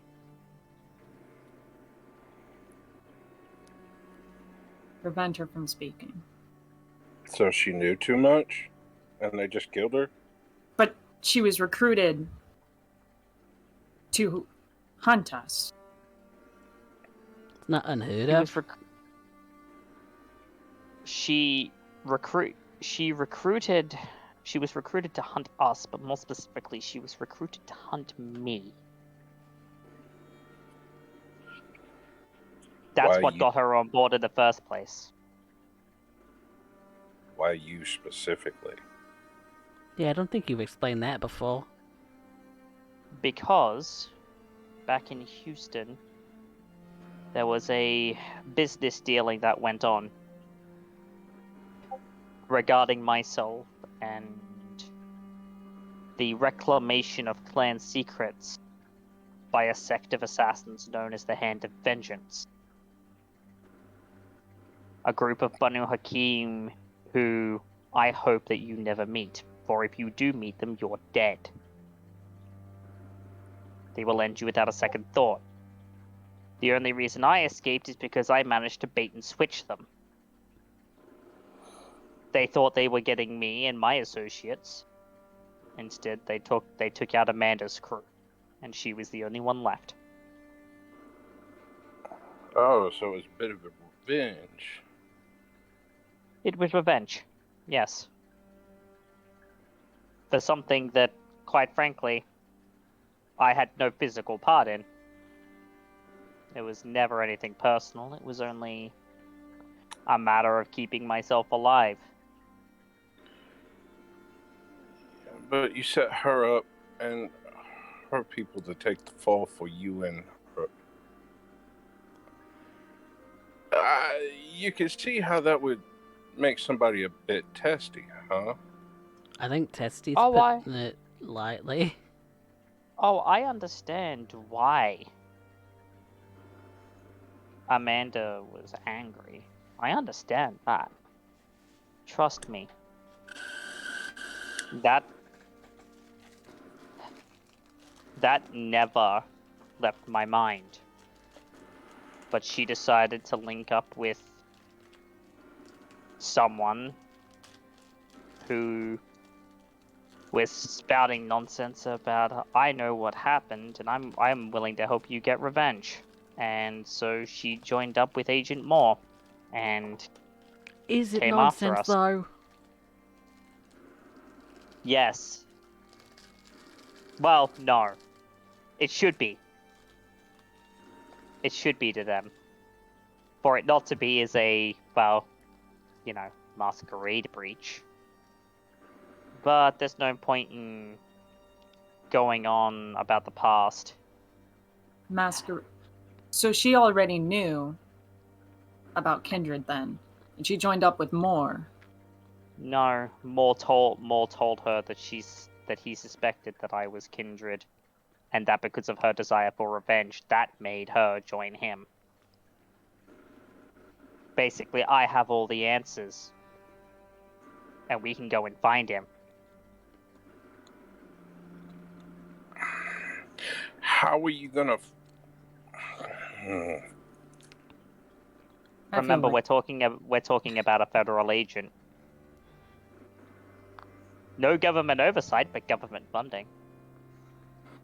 I have to ask, has anybody considered talking to the Baron about this? You left Moore in Baron Jameson's hands. He's had plenty of time with. Moore's gone. Baron executed him. I actually agree with Marie on this one. And How do you know Moore's gone? that was out of character. That was a public announcement that had been made. It made the rounds that that Baron Jameson executed Moore. That doesn't mean he hadn't taken some time with him. Oh no, but So again, the Baron. does that have any bearing on the question I just asked? It does, because of other things that had happened when we handed Moore in to Baron Jameson. You see, I have had the distinct pleasure, displeasure, depending on who you are, of going and speaking with Baron von Sventgol zu Altenburg. Huh. And Queen T. Indeed. And Jameson has revealed very little to, the other barons about what's going on, let alone his own domain. For example, Queen T had no idea that Moore had access to and was using incendiary rounds. Okay, let me see if I understand this straight, because thus far, I hate to say it, but I'm pretty much in with Jude here. We can go on and around talking about this, but there's not one action we can take. There's no one we can end up going to that would give us solid answers, or at least get us in the right direction. There's no one we can end up talking to end up going this. As far as I can see, we've gone about as deep as we can go down this rabbit hole, and we came up with Bupkis. So, until they come sniffing around, there's pretty much jack and or shit. I have a solution to that. Really? Because you've been talking for the past 15 minutes, I ain't heard jack or anything else out of it. Nor have I. With regards to Harrison, I can confirm that if Moore and Harrison were speaking, that there's a very good chance that now that Moore is gone, he's been speaking to one Agent Lopez, who is stationed here in the city. Something that, Maria, you were with me when we saw them together. Next, as Jude said, there would be some kind of recruitment process that he's undergoing. Probably to find the right kinds of people. That's something we can use. There's going to be a lot of people moving throughout the city as he starts collating a force to back him up. Third, I believe that there was a lead passed around that Maria, you were going to try and see if he had hauled himself out at the gun range. There's no one there. I already confirmed. Okay. Well, that is good to know. My next thought... Lopez, we have a name, we have a face.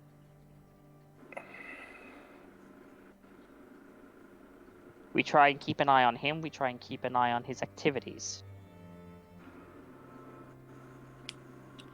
It's the best lead at the moment, being the federal oversight here. Someone who I'm sure Harrison has decided to go to beg for help. So, we're pinning this all on the hope that somebody who's just lost significant portion of their team hops their head up instead of hiding?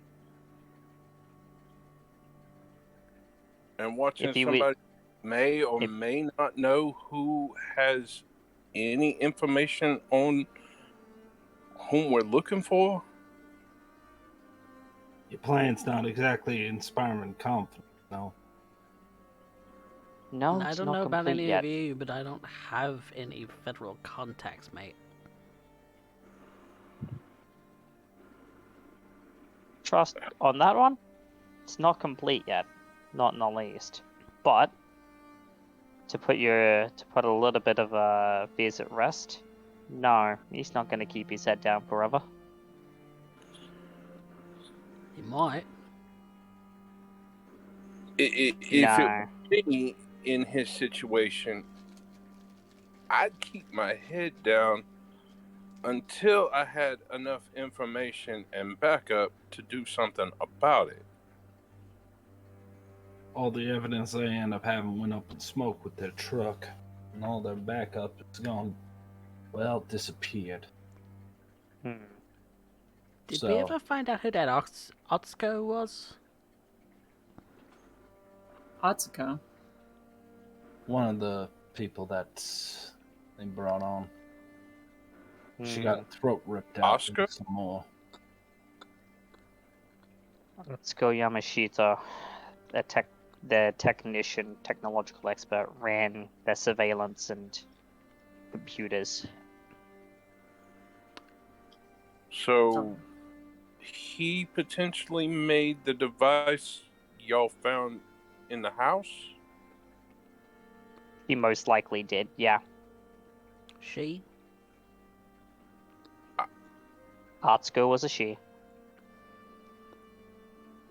Thank you for the correction. Corpse. Yes. And Noel, like, he was kind of stoic before, but now Noel looks a little sullen at that. And go ahead. I want to insight check this. Main reason is I feel like from the beginning it felt like there were a lot of plot holes that Jude was picking up to the story that was being portrayed. I want Jude to check to see if Noel has just been not telling the whole truth. That's a wit's insight. It By is all indeed. means. And Noel? That is... You've kind of been purposefully keeping Jude a little bit in the dark, so that's a manipulation subterfuge. Brian would definitely want to Oh! too. Damn, Jude. Oh! I'm not gonna fix it. You I'm can't not- fix it. They're I both don't- on the Tunga dice. You can't fix it. Oh god. Mhm. Damn. There's not even a point in me rolling. Like, I have 2 dice. Even on a crit, you can't beat a 7? Even on a crit, I can't beat 7. Even if I decided to go ahead and rouse for a blood surge, the only way I'm beating that is with a double crit, and I ain't spending the blood for that. Okay. So there's no point in There's me no point. rolling. Alright. Jude? There's something wrong here. Everything Jude's- about this is wrong. Everything about Jude stands up. what Noel is saying is wrong. He's been keeping things from you on purpose, maliciously even.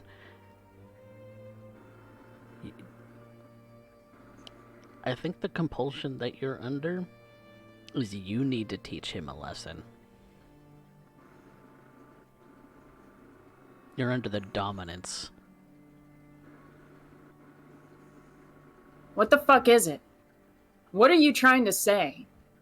What's this Atsuko? What is this Amanda shit? What happened? You're not saying the truth.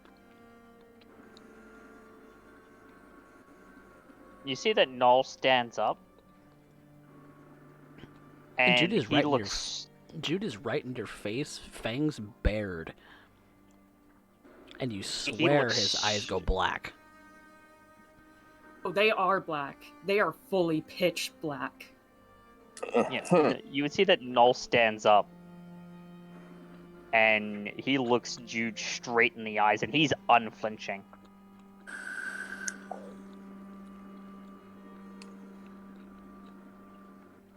I saw a good kindred go up in flames because of more.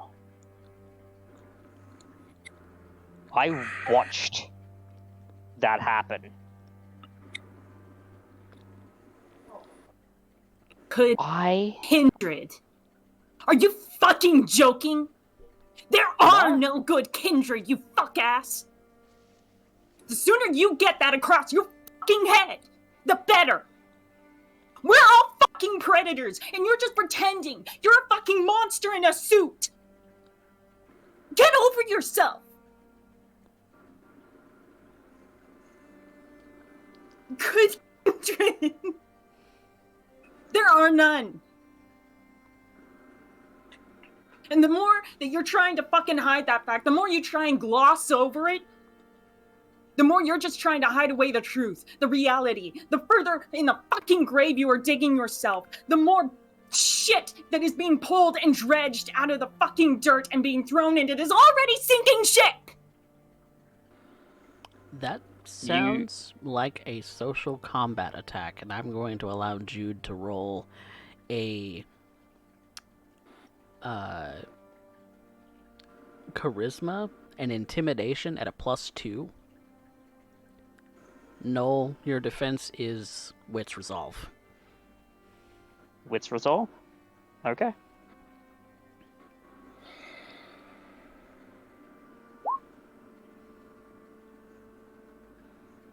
For anything that I can, You've got 1, I've got 1 dice. and I have 3, and I'm spending a willpower. I'm gonna go ahead and spend a willpower just so I can get it. Wow! You don't need to. Oh, I don't? Mm-mm. Okay. Nope. Well, unless you want to Uh, really drive the point home. I really want to drive the point home. If you want to cause you've more got willpower damage, go for it. Modifiers, just 1. Yeah, Yes. it's just 1. Boink. Wait, Oh, that oh. rolled 5. No, that was- sorry, that wrong was one. a willpower Wrong one. roll. Let me fix that. I fucked up. Okay. Okay, so I'm Noel, taking, 2 I'm points taking of 1 superficial. Nope, 2 points of superficial will damage. Would it be 2? Because 3 minus 1 is 2 halved. Willpower damage isn't halved. Yeah, fortitude. Isn't it? Because that's how it's been treated as you've run it before in other social conflicts. Detroit, I know does that, but I don't know that that's a rules as written, is it? Ah, that's a good question.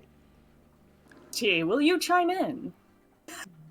Vampiros the Masquerade book. I guess it'd be. Where would that be? I suppose damage?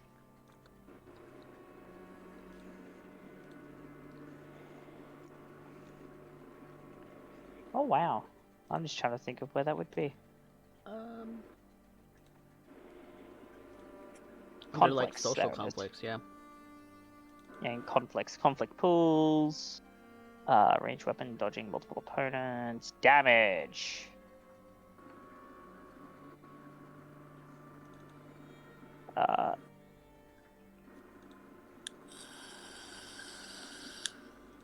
Yeah, so types of damage. Superficial damage. Superficial health damage Super- is 5. No, Halved. it would be halved even on willpower. Oh, really? Yep. Oh. Because it's all superficial damage is halved. Oh, okay. Well, then 1 point to superficial will damage. So we can be grateful on that. That stings. And you spent willpower on it already, too. So I did. So really I it do is still have 2. 1. I do have 1 left. And there's a sigh from Noel. He's right. Jude's right. Brian will stand up behind Jude. Brian feels like the same as Jude. Nobody's told him any of this information. Still nude, by the way. Yeah. Okay. Oh, that broke me. It's just a wall. A naked wall. Okay. Yeah, Although just before we continue, I can see that Jude's eyes are black. Yes, you can. Would I know what causes that? That would be a wits occult. To see if you can pull that information out your ass in the moment. What's the cult? And thankfully, you still have a willpower, so you're not at a -2 penalty. I am not, but god damn! Oh. My Not secret spending is saved. willpower on that, I can't. No, it's not coming to mind at the moment. It's not coming to mind at the moment. You don't know. Not in this moment. you have more important things on your mind right now. Yep.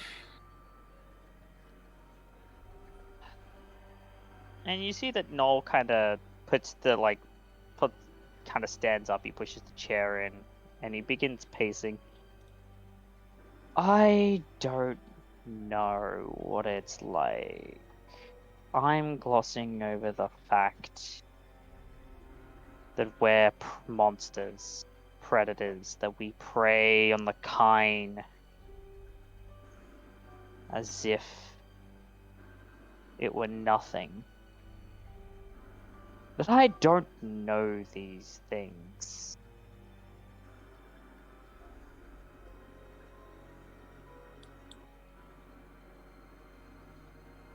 That's funny. That's really fucking funny. Like, inordinately funny. What, keeping all the rest of us in the dark is funny? No. No, it's not. None of the fucking least. Yet I have to. So that you don't end up like the poor salt that got set on fucking fire. You think you did me a favor by protecting me? I'm already dead, you fuckwit. And yet you can still feel pain. Oh, Imagine it doesn't get that. worse. I doubt it gets worse. Wouldn't it be better to give us the information so we know what it is we're looking for? Jude, Or you who want to punch his pretty face. Oh, I'm really fucking You know close. what?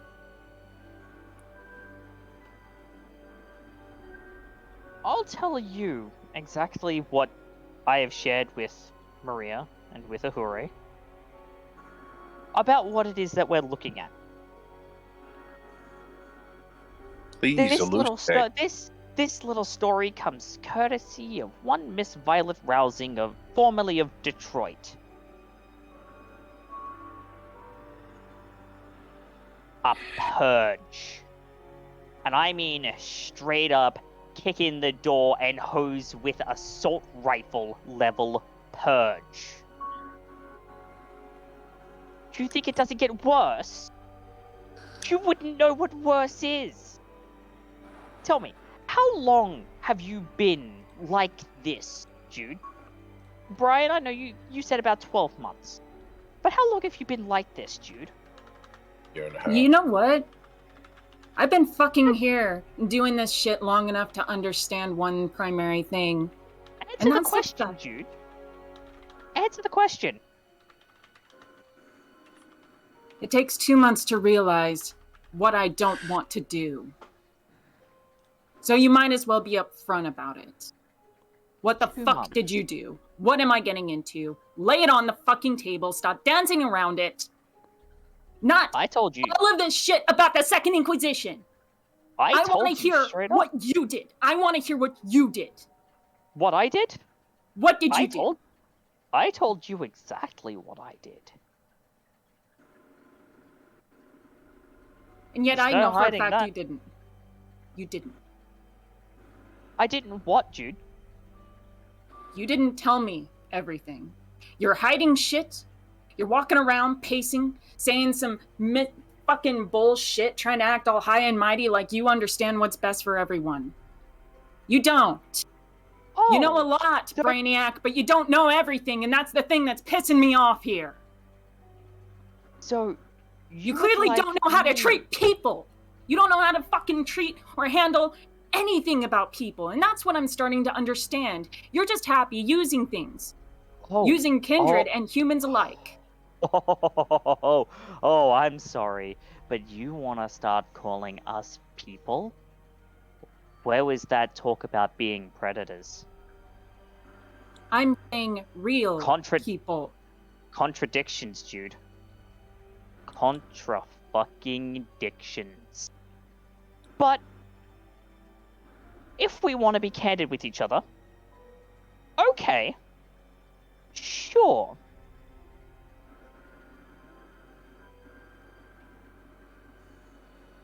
I was hired to perform a hit on a particular individual.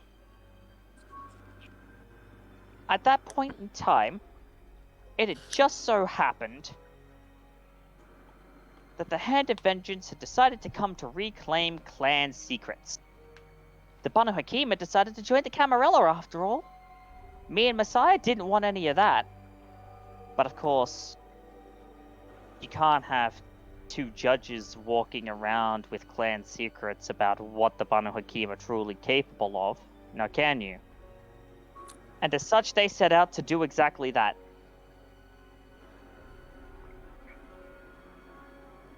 Me, being smart, not only got through with the job after some unfortunate collateral damage, but I managed to place the blame on someone else. That was Amanda. That was Got it. Amanda and her crew. All right. The crew died. Amanda somehow survived. Good on her. Hand of Vengeance are really fucking hard to get away from. Good on her. As far as I'm aware, I've left Houston at this point. Sometime between then and a couple of months ago, Amanda is approached by Moore. Moore goes, "Hey, I heard you were having problems with this individual. Well, I've heard through the grapevine that he's on my shit list. I know he's on your shit list. Do you want to join me? Because I think I might know where he is." Satsuko And fit. that... Atsuko? A poor girl who was lied to. So how does that end up getting her killed by the man that recruited her. If they knew Come what they... down. Precisely. If they knew what the fuck they were after, how does that get them killed? Because I believe he told them about things that had to do with Project Daybreak, which was the thing that went on to Detroit. That was the thing that more had come from. They had been told because he was using them. He told Amanda a lot more than he told poor Atsuko. He killed them to tie up loose ends because they knew too much. Because they had been captured by us. We are the enemy. It makes sense. We're the enemy. He did it to tie up loose ends. How he did it so that Moore... they couldn't talk. How did Moore get them when they were captured by you? We had him too. So did he get himself free? What happened? He crawled like a fucking slug across the goddamn floor, arms bound, crawled all over their bodies and tore out their throats with his goddamn teeth. Is that what you want to hear? Yeah. If it's the truth, yes. That is exactly the truth.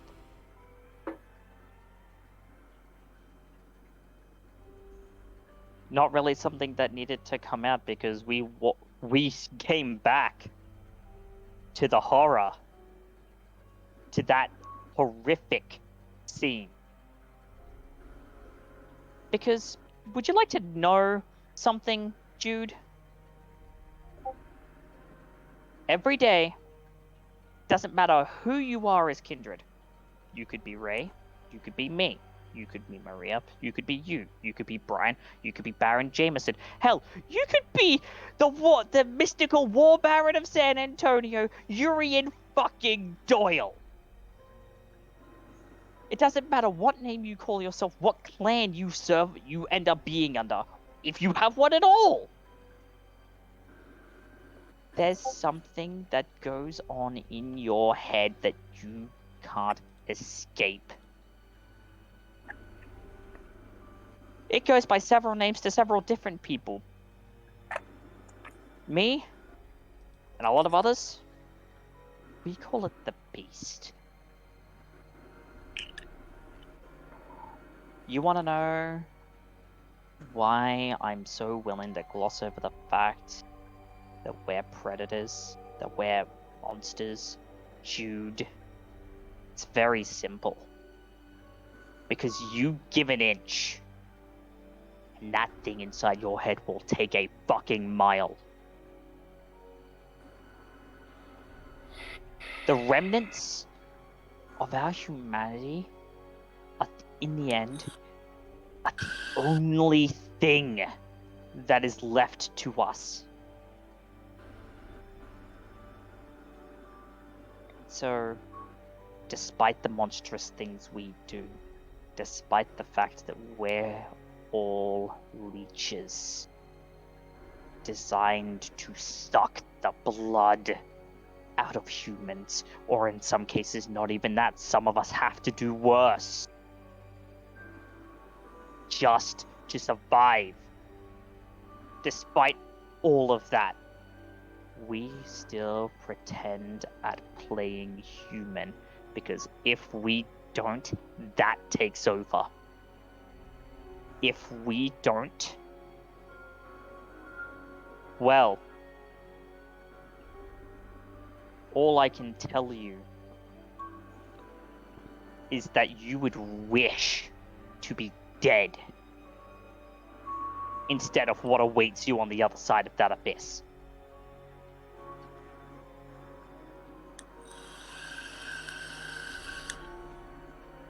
Because I know that even in your paltry 2 months, Jude, you've probably had that little voice in the back of your head that goes, that person looks exceptionally delicious. Sure would like to take a bite out of them. You want to know what stops you?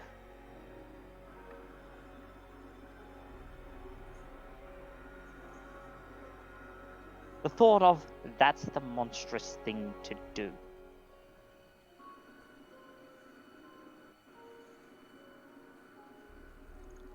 Mojo, I hear you echoing the music.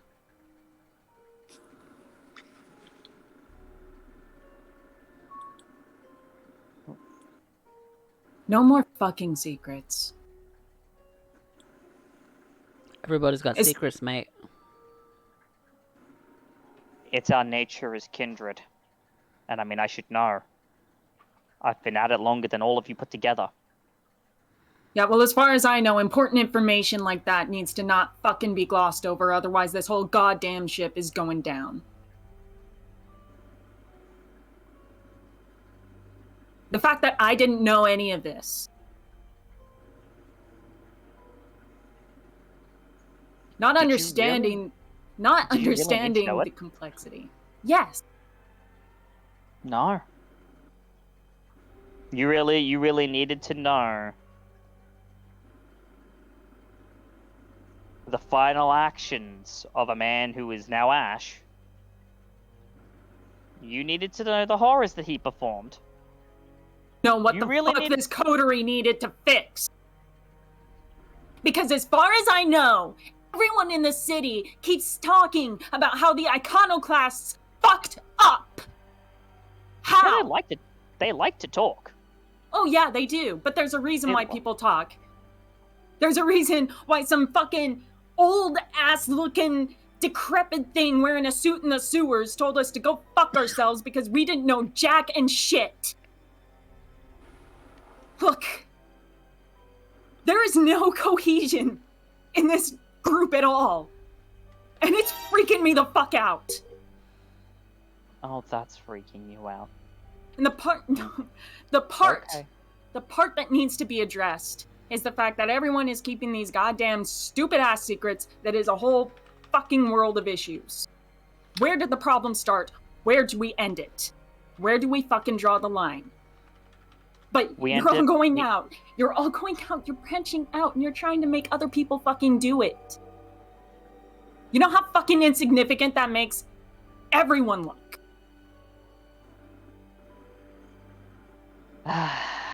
Look, I'm not going to expect you to understand the modus operandi, Jude.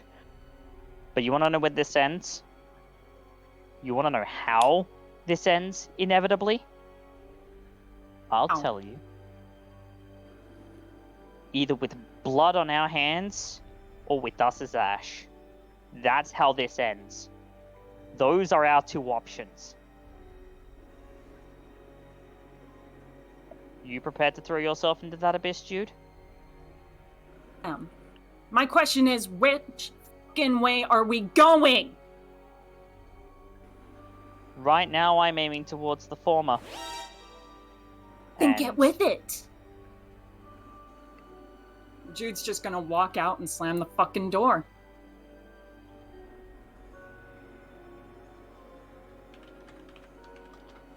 path that only fools dare tread. It's about, yeah, That was- it's probably a good idea, Jude, because you were about to really punch his face. You were feeling Yes, that and if instinct. you had, I was going to put him through the table. That instinct was crawling up at the top of your brain. It was about to push itself out your mouth. I love you too, chat. It's okay. With that- But Brian's gonna say, "Well, that was fun and interesting," and then go up and take a shower.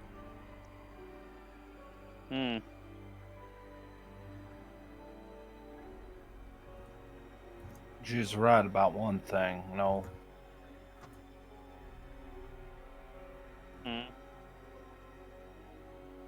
we don't have a plan. We're winging it. We're just hoping something will fall on our laps, and that's it. Everybody's going around scrounging what they can in every angle they think they can work, but fact is, no, that's There's no what tomorrow. stinks. and they don't believe in a word you're saying. Yeah, You have no reason to be honest. and right now that's what stinks. Because I'm fucking trying. Well, I mean, he looks to Ray. With what you three encountered with the ghost, I have no words for. I don't. What he said to you? Yeah, we're working on not even a skeleton's crew worth of information. God, I wish we had more. But the thing is,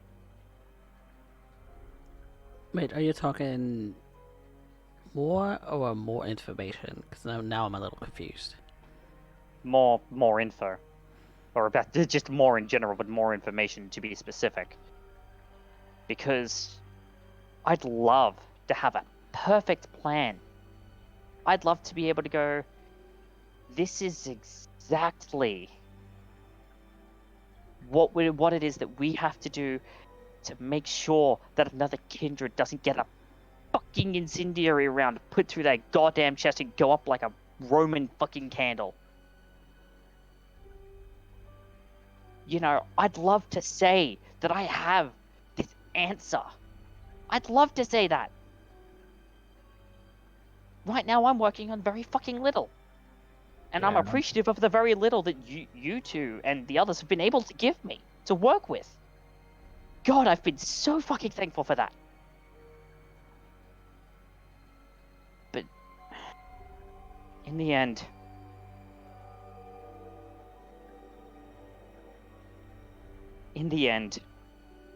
this very problem is what made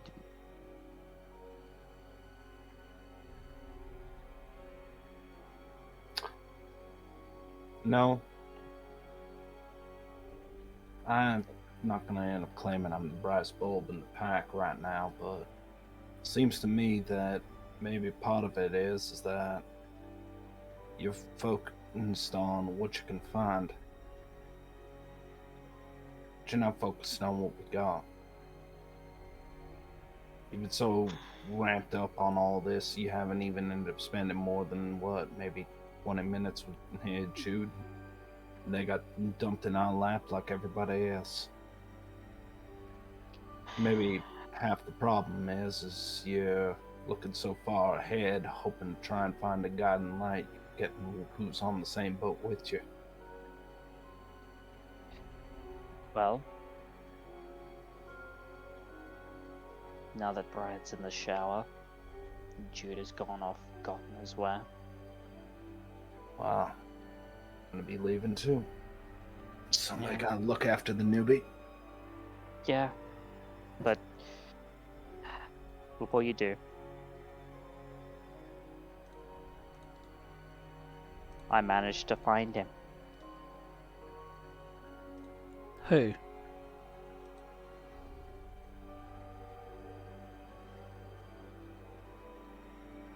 Urian Doyle.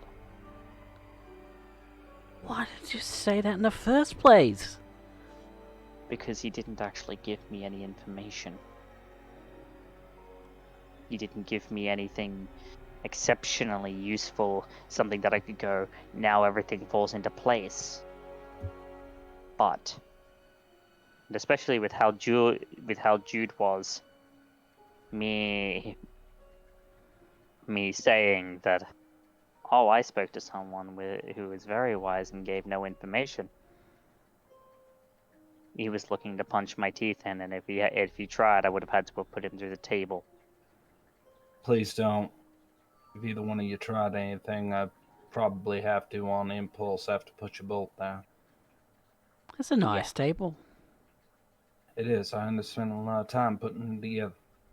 That being said, I'd like that table, she gets up, to be in one piece when I get back. Now I gotta get going before Jude ends up doing something particularly rash. I already got enough neighbors in the hospital. Alright. Yeah, you go and make sure that he doesn't do anything exceptionally foolish, please. And Noel kind of just sits back down. Ray's just kind of working on something in the corner, kind of looks up at you, Noel. Jude's right to punch your face, you know. Yeah, he is. But the thing is,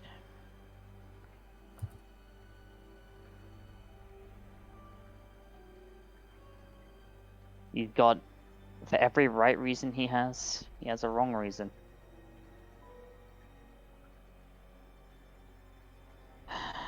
And in the end,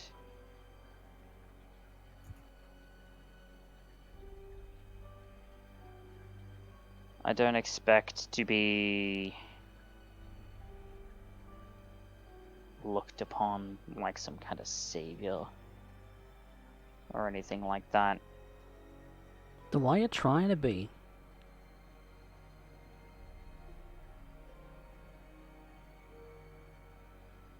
Because someone has to pretend.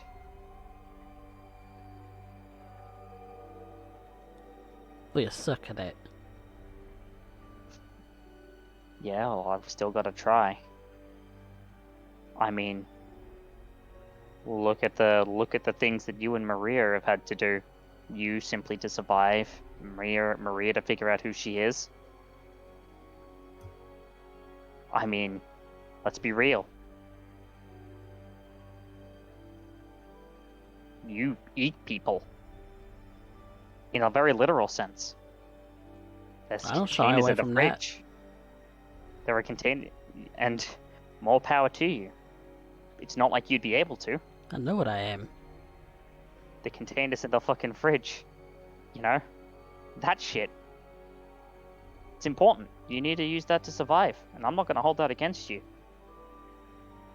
But you can't pretend you're good with something like that, right? And Maria, But I'm not. changing the flesh of others. You know.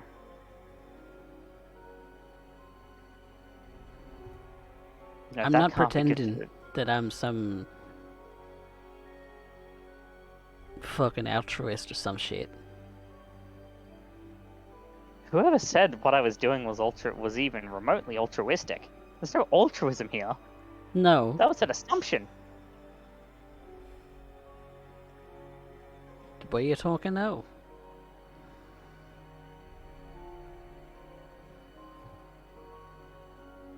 Just something to think about. Simply put, I just don't want to get set on fucking fire like I saw Faust. I'm sure you don't want to be like that. Oh, I'm no. sure Maria doesn't want to be like that. Fuck that shit. Exactly. If something even remotely altruistic comes out of the desire to not see another kindred go up in fucking flames, you know, because of someone who wants to hunt us to death, then I'll be whatever I need to be, whatever works to try and get the job done. Because again, someone has to be.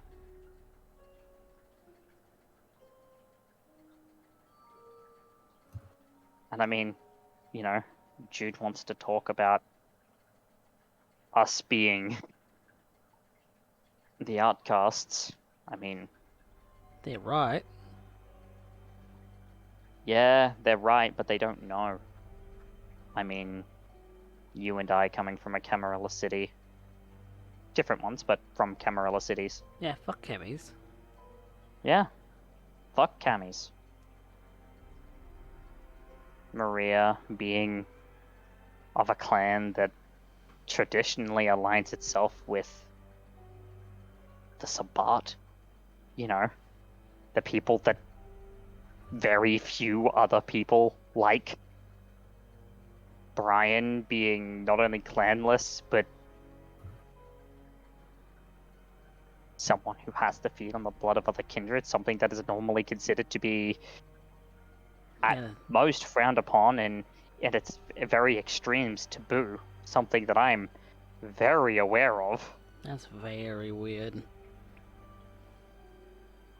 The blood manifests in mysterious ways, Ahura.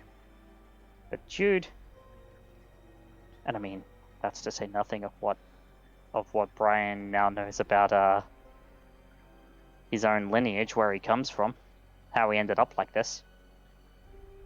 It's not my place to say, so please don't ask. Yeah, But- whatever. You know, that's to put that aside. Jude doesn't know any of that. He has domains where he's welcomed, you know, the ability that most Kindred don't want to snap his neck on sight. You ever think that might have been his point? Yeah, but what of it? What, we wanna go on a charity drive and start changing the perceptions of Kindred about us? Because last I I mean, checked, I don't care. and me, well, I've got enough favor to curry that I can get some stuff done.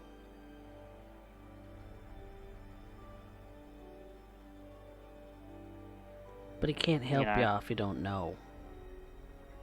I think that No, was Jude's point. yeah. Well, it's not like he didn't know that we were the misfits.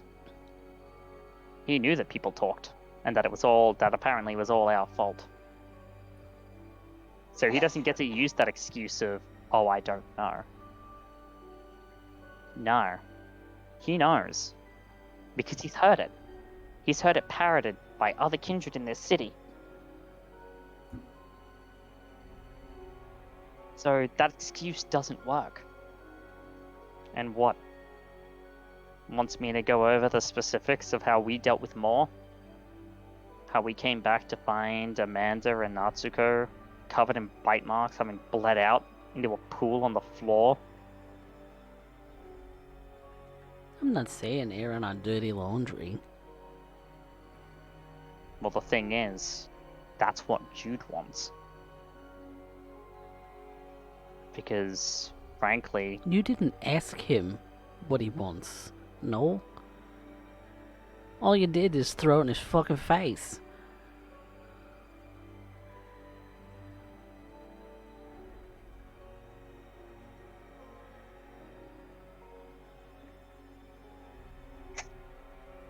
How else is somebody gonna react when you throwing what they're saying at their face and laughing at him?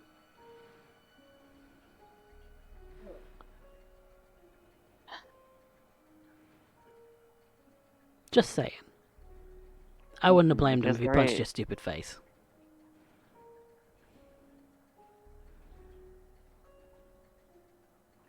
But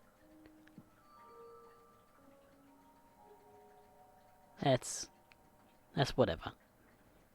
I got shit to do. I'm gonna go to my room. yeah.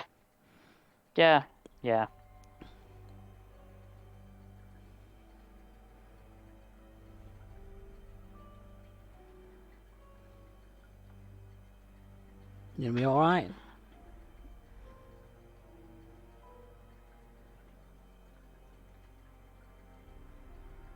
You know,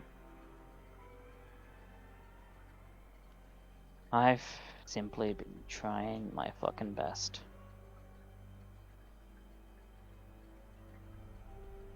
Yeah, well, you're not alone.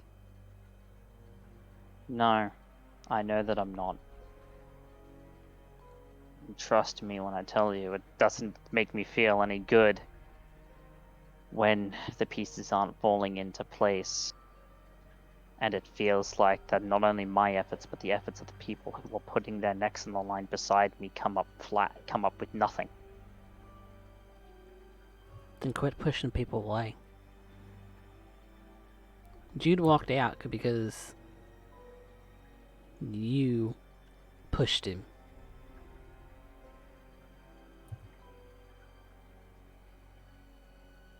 He wanted to know what it was like, and I showed him. Way to alienate people. Just saying. Coming from the monster who eats people. Well, let's be real, I've never been good at people. That's Maria and Faust. You should probably work on that. Yeah. It'll keep people Wanna- people from wanting to punch your face again. So Well, when I feel like I don't have a gun leveled to the back of my head, maybe I will.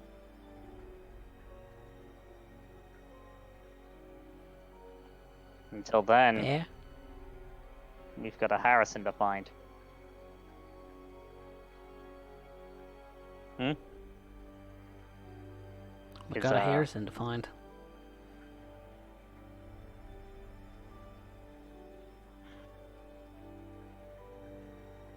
I got nothing I'm doing in immediacy. I'm gonna go take a nap or some shit. Odd thing to do, but alright. Whatever floats your boat, Ray.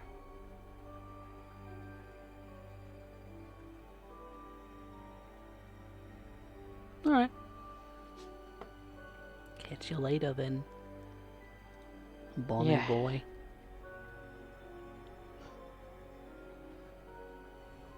Catch you later, Ray. And she, in the stark nude, goes back up the stairs with her bag of goodies that she's been working out of. Just as Brian is starting to come back down. Still no. Oh, I'm not up. We'll walk down and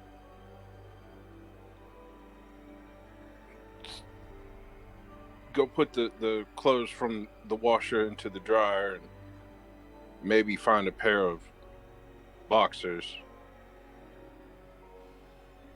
And then come back up and talk to Noel.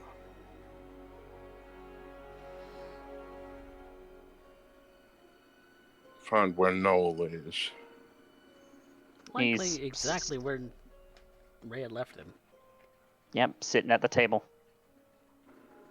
So Brian will be just wearing a pair of boxer briefs. And start off. You know, Jude had a point, right? Yeah, I just went through that conversation with Ray.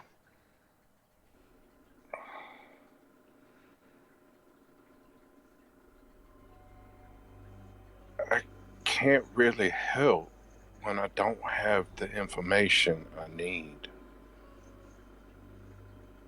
I'm not About saying Harrison?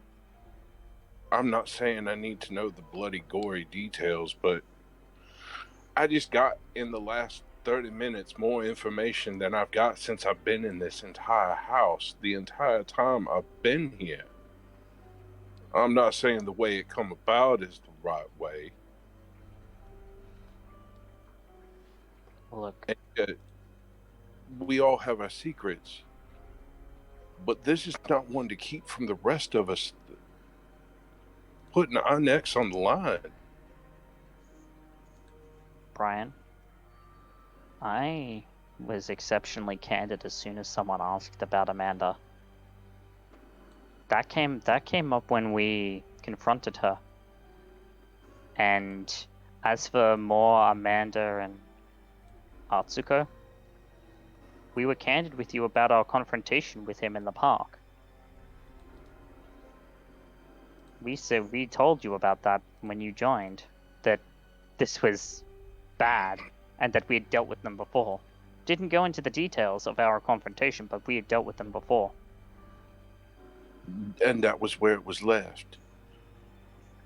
But knowing with the tenacity and veracity with which these people are coming after us, a little more information is helpful, is all I'm trying to say. I'm not trying to beat a dead horse here. There was more I wanted to talk to you about. And seeing And as I'm here. I'm seeing, more than willing to talk. seeing as what you've given, we're stuck in the same spot on the Second Inquisition. Until we know who it is we're dealing with, we're ass out. Yeah. But more importantly, you know how Jude said they were like me? Yeah. I don't believe that to be the case. You don't believe that to be the case. Not at all. ST, Mm. given what Jude exhibited during our argument, and with that re-prompting from Brian, Mm. would I be able to make an intelligence occult now that things are calmer? Now that you have a moment to think about it, yeah. Brian was going to say, after our conversation with your sire, Alia, and the information you gave me, I believe Jude is a La Sombra.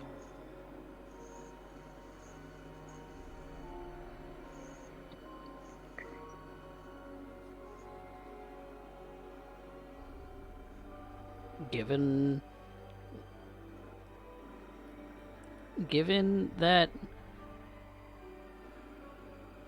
what you do know about playing with the void, it seems logical. No. They have no reflection. And you Commu- see that Noel, as you're, I'm listening, sorry. I'm sorry. I was just going to say that as you're speaking, you're seeing Noel. The gears are turning with Noel. They have no reflection. Communications don't work so well around them. And his That eyes turned turned funny black and pitch. black color. The eyes of the void.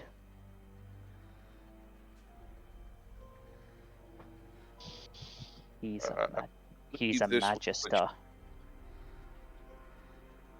He's Ask a him. member of Clan La Sombra. The things you asked me about upon finding out who my sire was are things I'm seeing with Jude. I don't believe they're Kadif, like myself. Nope. From what I've seen, if you're giving me that information, and from what I've seen, no, Jude is a member of Clan La Sombra, which means that if he wants to go with the keeping of secrets,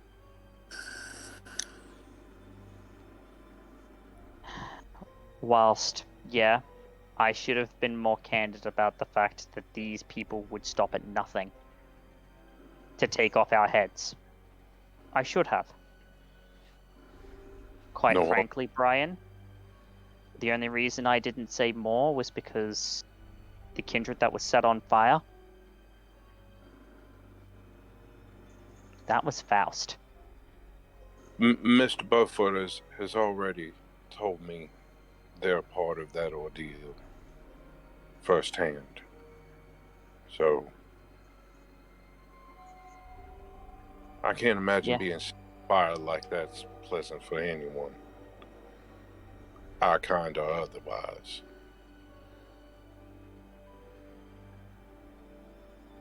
I certainly don't want to experience that firsthand.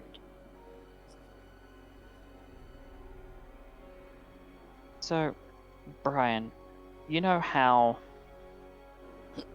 I'm sure Chisholm would have told you this. But there are very few things that truly hurt us. Fire. Fire, sunlight. I'm told some of us have the same type of response to holy water as silver. Not that I would Certain know. kindred. Certain kindred. Not all of them, but it has been said that certain kindred do suffer from such that the myths bear weight in the cases of some kindred. Not all, but some. But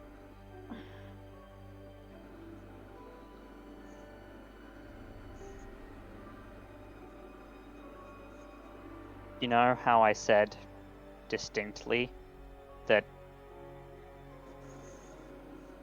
they were coming for us and they wouldn't stop until every last one of us had turned to ash? Yeah, I remember. I meant it. Every last little bit of it. I didn't want to go into the gory details because I imagined that, you know, that would be fucking terrifying to learn that there's someone out there who has the knowledge, the tactics, the weaponry, capable of killing one of us like one of our eldest would. It is a scary thought. But Is that it? is knowledge that those of us that are dealing with this need. To know that we're dealing with someone of this tenacity and veracity, that they will stop at nothing to put an end to us.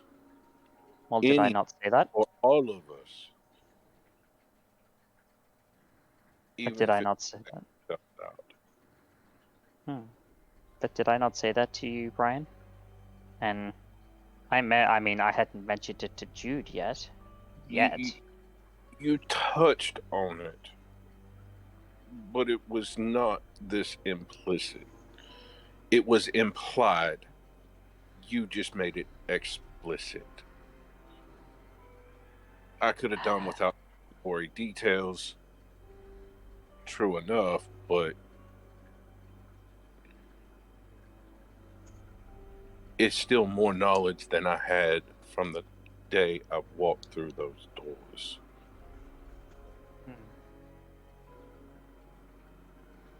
How I'm sorry for not and being able to spare you that. how are we going to go about trying to find this Harrison? If he is, as I assume, laying low, what is our plan moving forward with trying to find out more? He's gonna be recruiting. Because he knows he can't do it on his own, and I doubt that Agent Lopez is going to give him all that he needs, so he's going to be looking for people. And so we need to keep our eyes on where people are, where they're kind of moving through the city and through our domain. Congregations that are being flocked to.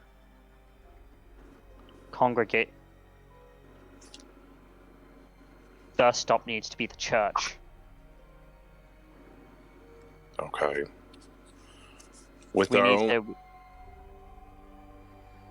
burgeoning of the homeless, how do you propose we do that?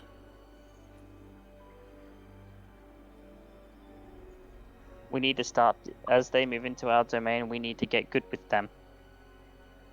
They need to be eyes and ears, and that's something that Ray can work on. Something that she's already been working on, truly. Maria and I have as well. I've been staying away from that because, look, I'm gonna be real with you.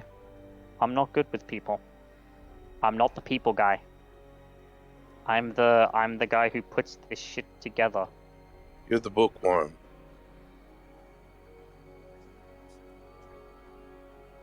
And in a pinch, I'm an assassin. Silent. Fast. Deadly. Especially to those of our own kind.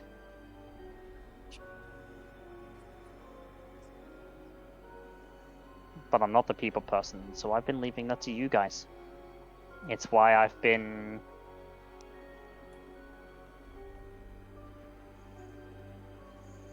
It's why I've been able to put together as much as I have.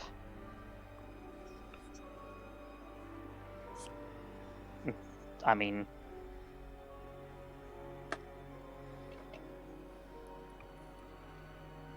it's why we're even still here, that we can still use this house. Are you certain there are no more Yes, we devices? checked it. We checked this place top to bottom. We basically tore everything apart, every nook and cranny. Maria made scarily sure of that. Where was But- the device found?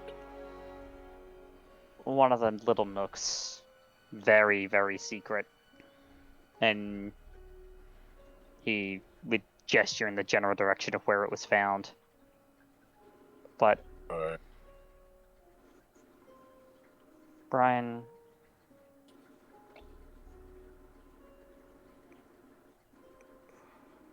Yes.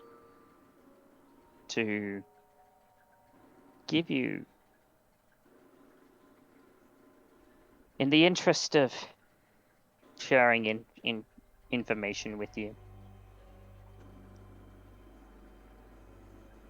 why the point of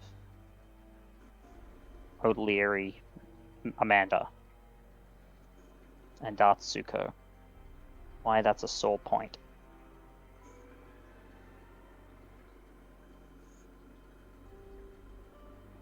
Amanda knew what she was getting into.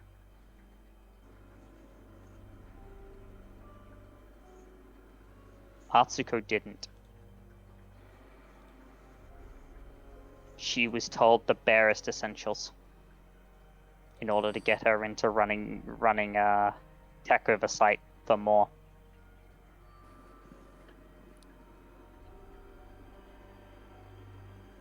He lied to that poor girl.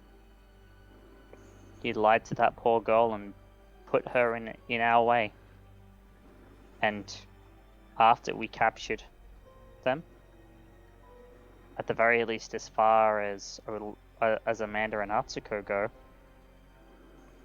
after a while, after some work, in fact, Maria had the idea of giving them some new identities.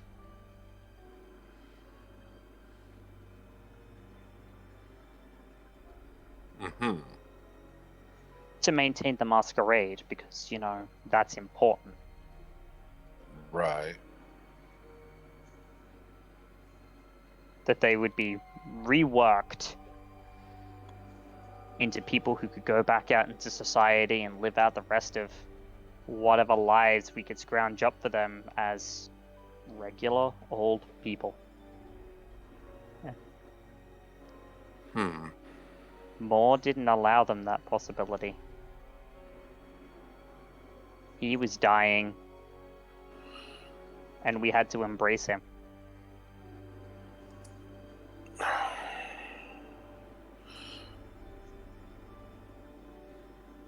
You turned more into one of us? He turned out thin-blooded. Gave him Jameson to end it.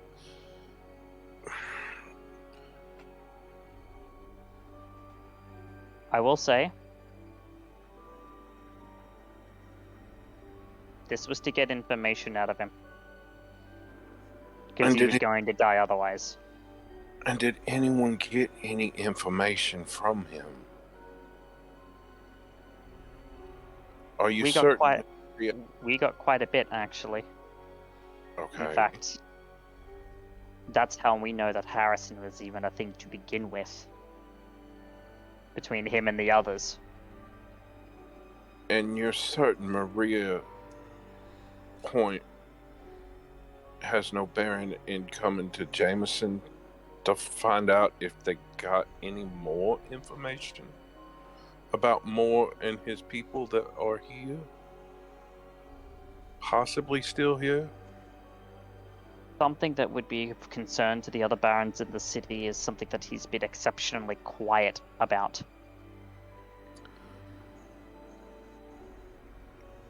He's playing the very quiet game. If there is no information, how can he go to anyone else? Because, as I said, Queen T didn't know that Jameson had been given a gun filled with incendiary rounds, the same one that we pulled off for more. You And get the shotgun full of the incendiary rounds to Baron Jameson when you handed over more? yep, wasn't a shotgun though. Pistol. I apologize. But We ever yes, seen we rounds did. in- Because it was all evidence. Now, I would like to note to you, Brian, that we were on a week timer, and if we didn't have this by the week's end, we were all dead. So this was under fear of death, mind you. Right, right. But the thing is, what we had done as far as that was concerned was done. Telling you that Harrison was going to come after us with the same fervor he showed, that's really the crux of the point here, because that was what pretty much what had gone on. The rest of the city likes to talk about us, the Iconoclasts, as if it's all our fault. But the thing is, it doesn't matter why they're here. The why doesn't matter. The matter is that they're here, and that then now that they've gotten a whiff, they're not going to stop until we're all dead. What matters more? How they came to be here in the first place? Or the fact that we find and get rid of them? Both matter, but more importantly is finding out where they are, how many of them they are. Yeah. Where? How many? What they've got? Yeah, I'm 100% in agreement. And the thing is, the fact that information's been so slow coming. That's one of them, and the fact that the Barons haven't been playing nice to the point where we almost had a war between the two start, thanks to Benji. That still remains to be seen, but Well, yeah, but, you know, if Baron Jameson had found out about that, Baron Jameson is not on good terms with the host. He would have wanted Velda's head on a pike. And what makes whilst you think word hasn't gotten back to him yet? maybe it has. Maybe that's why he's withholding information. We don't know unless we talk to him if there's any information to be had. Well, How long look, did he have more after you turned him over before they ended him? we had him for a night. I'm not asking how long you, Maria, and Ray Faust had this man. How long did Jameson have this man before they ended him? Yeah, how long was it between the time that he was handed in and the time of his announced execution? Couple of days, tops. Could have been sooner Maybe than a that. couple. Could have been delaying announcement of it on purpose. So more than enough time to have garnered any more information than what you already possess. We're going on little to no information, with little to no placed ideas of where to start. Right. That's under the assumption that the announcement happened on time. That's not taking into consideration that Jameson may have been withholding a lot more. Hell, we could have left the building and maybe maybe a couple of hours after that, Jameson decided to end him. We don't know, and Jameson isn't going to be forthcoming with that information, because as far as the Baron goes, why would a group like the Iconoclasts need to know something like that? Because we're the And we ones can't. street to deal with this shit. See it, meet it, face to face. No, As you, that's not what the city thinks. No, the city thinks we're the expendable misfits. Why would Jameson give us that information without the ability to go, well, now you're on another clock? who's to Because say it's- he's going to do that? Not just put us on a clock and make us find it on our own, anyways. But again, it's worth trying to find out if there is more information. Trust me, We're coming at I've. line. What was that, Mojo? I said, we're coming at this blind. There's nothing for us to go on. A name, which, as we've already proven, is easily changed. And when no one knows your face, who's to say you're not who you say you are? Yeah. No, it's why I want to focus on the associations we know that he has. You said the associations that we could go off of. So this Agent Lopez, that's the only other information we have? That's the only other place for us to start. Without trying to see if Jameson or someone else under the Baron has more information to go on. No, you know Violet has more information on Daybreak. There is one other person that we could try and plumb for a bit more. And that would be? Miss Violet Rousing. The person who gave us the info on Daybreak to begin with. She was the one who gave us the MO about Moore. About where he comes from. Then I would say... About what he was doing. I would say without going to Jameson or someone else in his retinue that may have more information, that would be where we start. Oh yeah, Violet is... And pray that they haven't gotten to her before we do. Oh yeah, no, I honestly had a plan to go and talk to Violet, but I wanted to see first if there was a way to not have to involve more Kindred, because Violet is paranoid about talking about this to begin with, rightfully so. She came from the place where this became a shit show. I would like to go with you. Yeah, no, that's fine. I don't think there would be too much minding on that.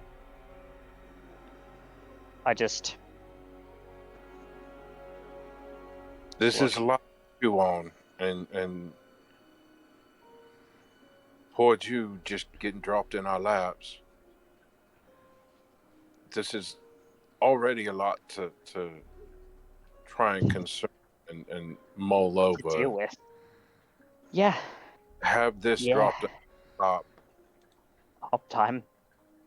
I'm well aware. Why I've been trying to work on it.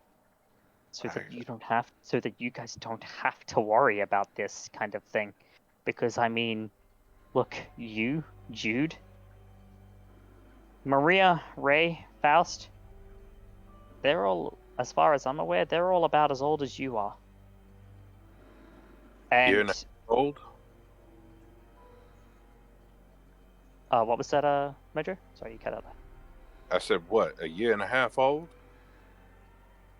Or At Jude, most. 6 months old? At most.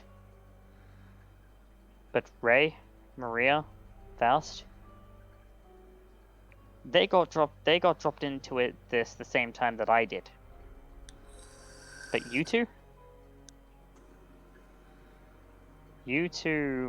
I am at the very least attempting to spare the same brushstroke. You, I can't anymore. But Jude,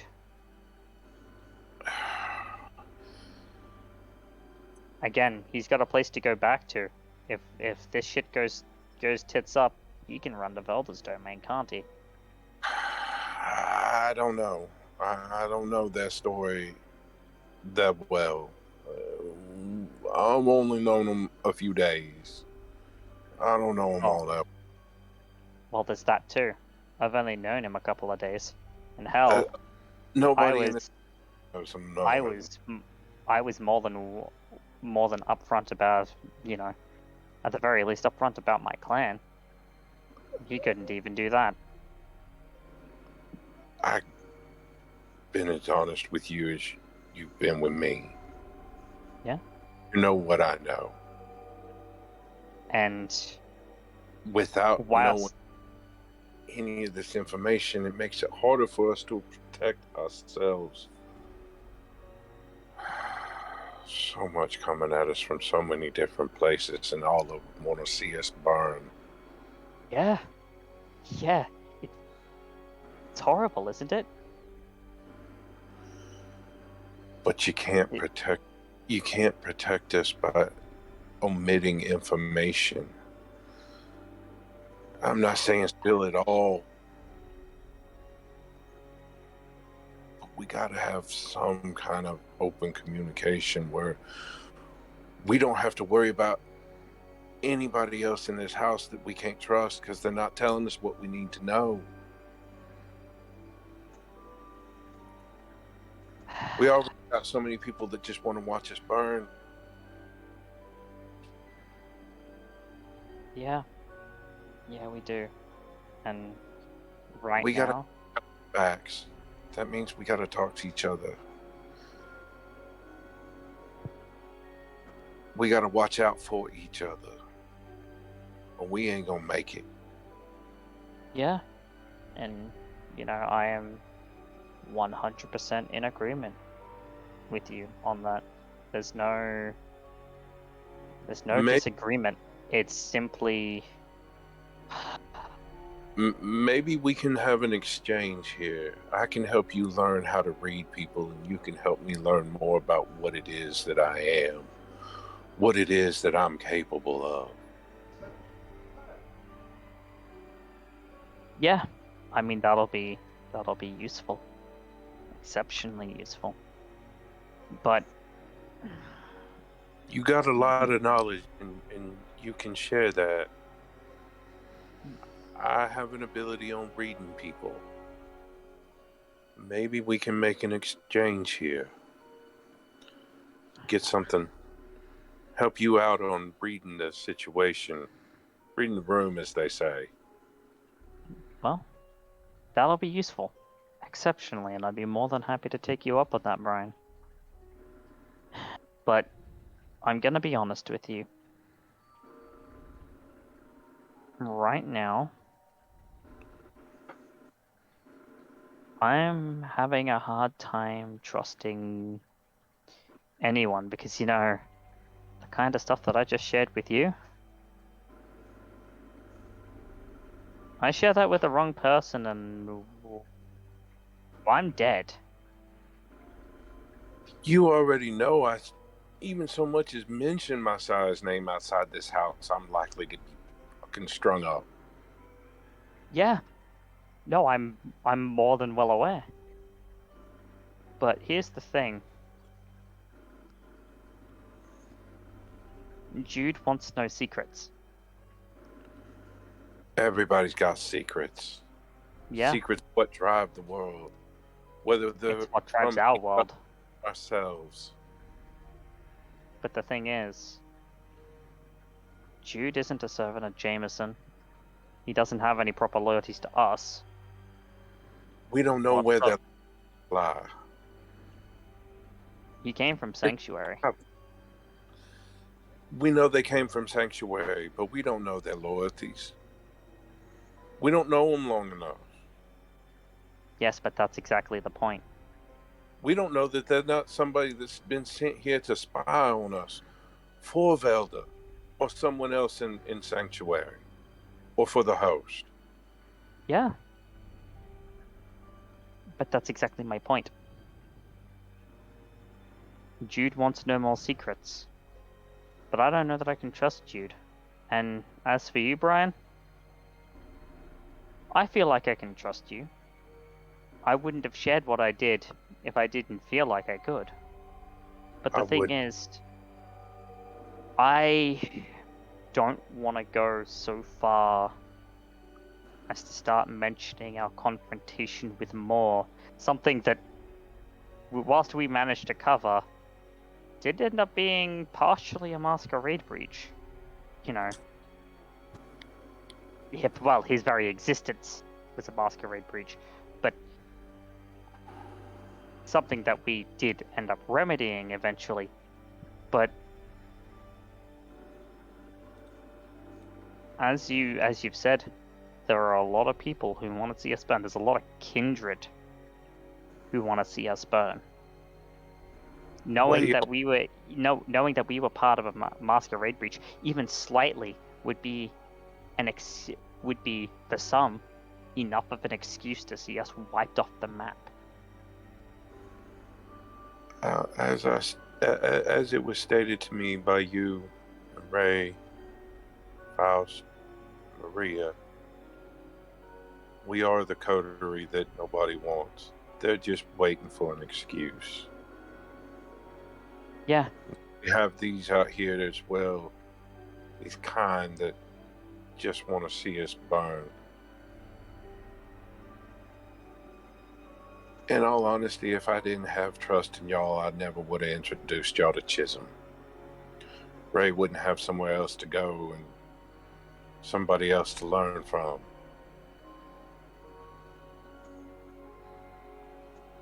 Yeah. I got all my eggs in one basket. I ain't got nowhere else. I have no other option but to trust. And pray that I'm not putting that on the wrong person. Wow. Ryan.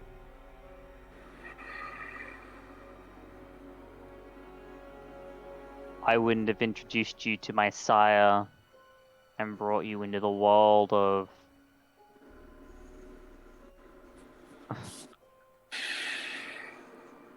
Quietus.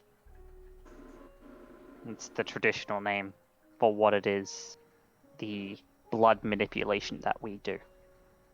It's called Quietus. Quietus. It's not a well-used name, and well-used name now, and I would advise that you keep it to yourself. But I would not have introduced you to my sire and put in requests with her to put herself at risk.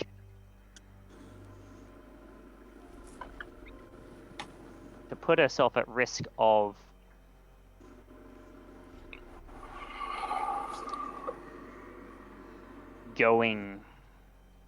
losing herself to the essence of transgression. If I didn't trust you enough to try and help you with your search for where you come from. But here's the thing.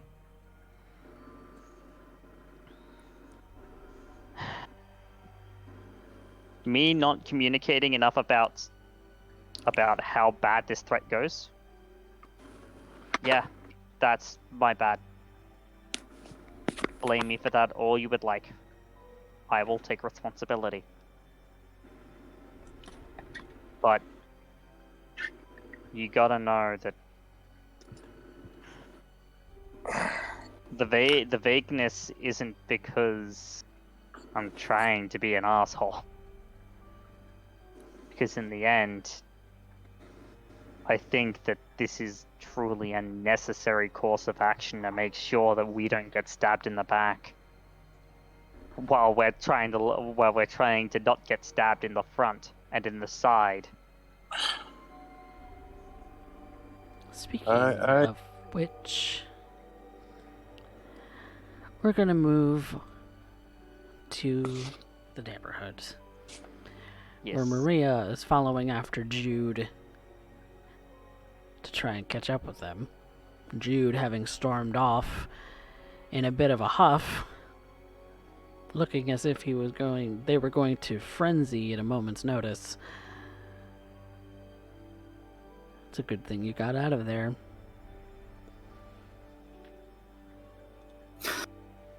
Only thing going through my mind right now is funny, actually. I thought it was a matter of hiding something like that. It's not, just as simple as they caught them. I can read the undertones. They didn't just kill them. They had them tortured. That's the real reason they're all so goddamn scared, is they're afraid of the consequences. Amanda Chick probably knew.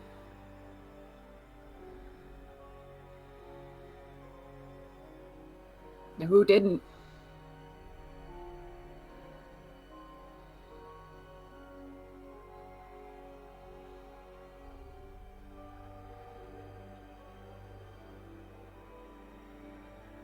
Point of hiding it. We're monsters. That's the reality of it. And it's not that I'm saying that Nola's wrong for wanting to reconcile that ever. I'm just fucking upset that he's trying to act like he's better than the rest of us, for pretending that he isn't a monster. For pretending that he's anything but. You still want to punch his stupid face. Fucking Heidi, what a fucking hypocrite. Telling me I don't know. I don't need to fucking know. I don't need to see it, or hear it, or believe it, or any. Just, I understand.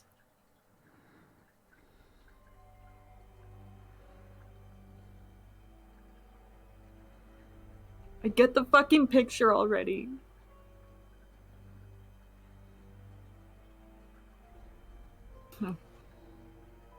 Still storming. I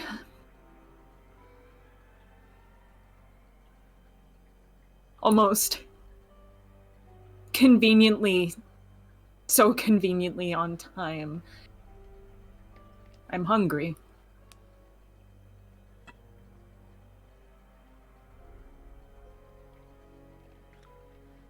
To prove the fucking point.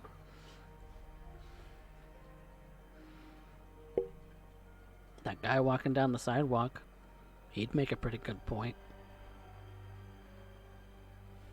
Would. You would.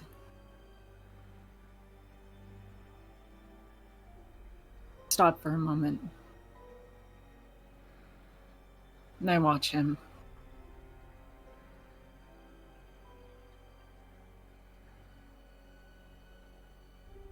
And I wait until he starts making turn down an area. It seems just discreet enough. Our street lamp has gone out. An alley, a little more abandoned than usual. Maybe a parkway.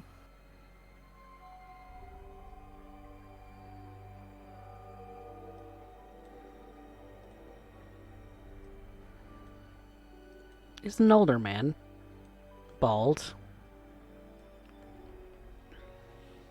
kind of walking down the streets, smoking a cigarette.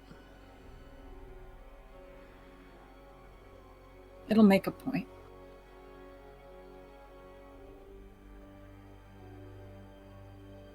This is what we are.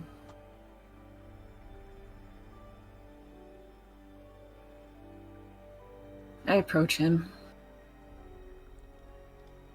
I don't have any qualms with it anymore. You catch him in a moment where he's clearing some fog off of his glasses.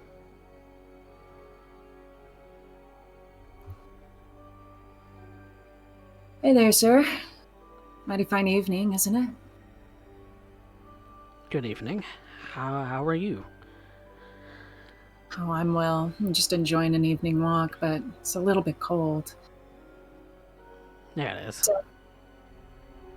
Yeah, I've been walking for some time, and I know this seems really out of nowhere, but do you think you could give me a ride to my house? Do you live far?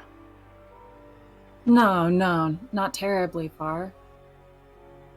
I can spot you some gas money if you need it. I have no issues with that. It's dark, and you seem like a respectable fellow. I'm going to consider this a feeding role manipulation persuasion.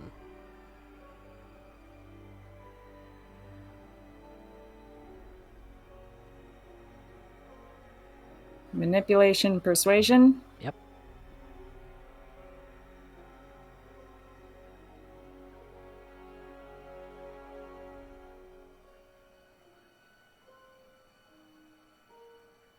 Ooh.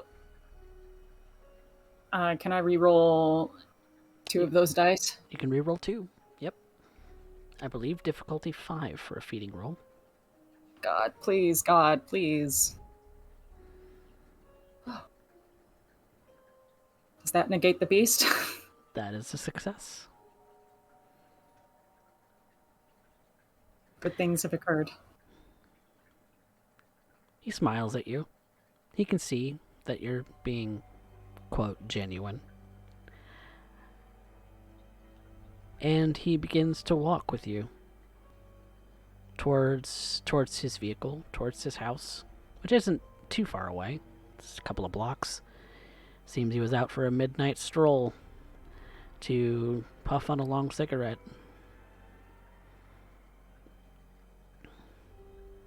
As we get inside his car, before he starts on the engine, I just put my hand down on the shift with his hand on it. I look him in the eyes for a moment. This is really kind of you, sir. It's really, really kind. And Your I just hands go- are freezing. it's okay. Like I said, I've been out all alone, you know. It's been a lonely, lonely night. And I go in, I reach him, and I pull him down, and I bite into him. Alright. And you are feeding. I take 2 dots to handle my hunger. And once that's done, I go ahead and release him. And with that, as soon as I finish that, with his fluttering eyes, I just hold his head steady and brush his face. Shh. About it. It's gonna be okay. Just And he seems to go in a daze. You still have a compulsion to put someone in their place.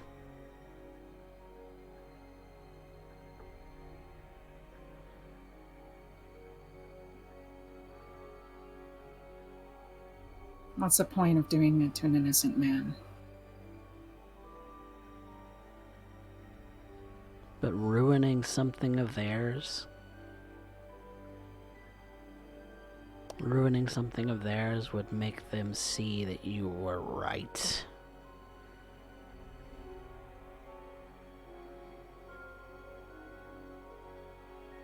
Well, They he's still... need to be shown that you were right.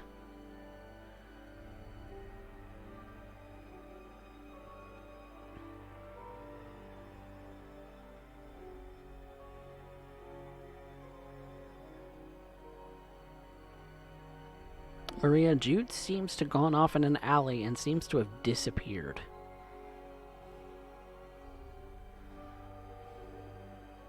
Well, I'm definitely taking my time to follow him. Be a terrible host if I didn't.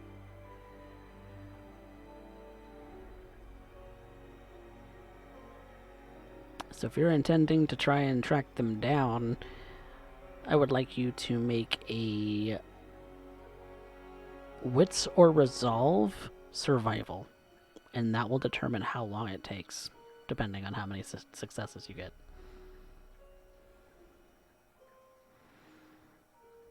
Wits or resolve survival. Okay. Yep.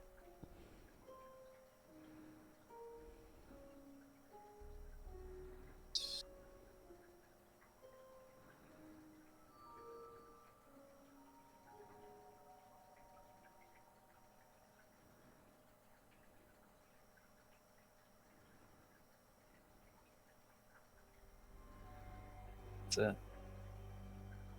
I'm not aware on what's going on, so... Nope.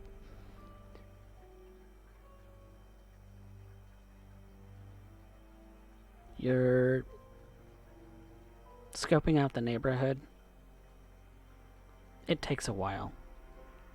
You're not sure where it is that Jude went. Maybe they went to blow off steam?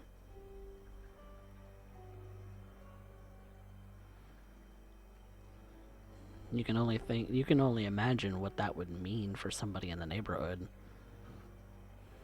I'm trying to keep an eye out. Lisa already believes that there's a rabid dog in the area somewhere. Yeah, well, it helps when you know who that rabid dog is. What if there's another one?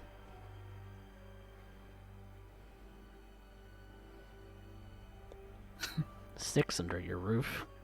If last you counted? Periodically, anyway. Periodic.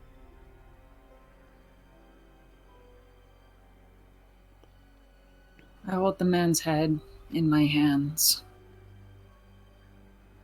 Fluttering. He's in and out.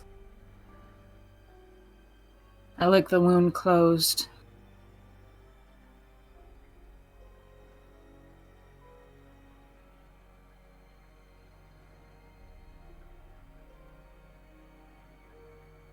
It's so easy, isn't it? Somehow we find ourselves in charge of this.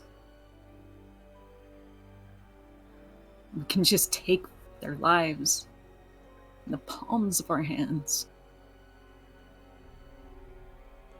Kinda looks like he would deserve it. He's dressed nice. He's in a nice car. A lawyer, maybe?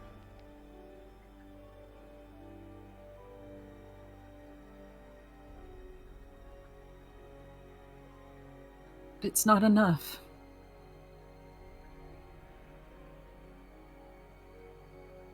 It's not enough to just remove them. No. Noel made that point earlier.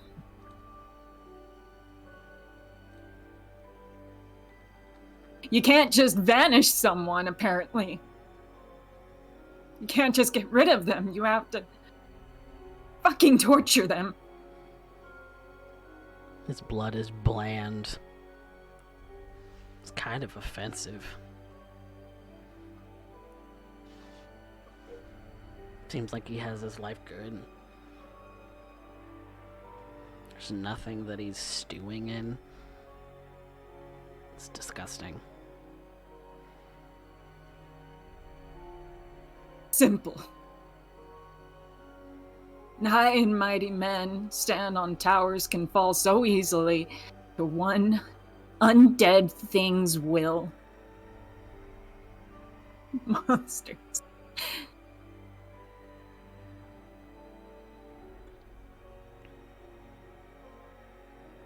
Look him in the eyes. I hold his head.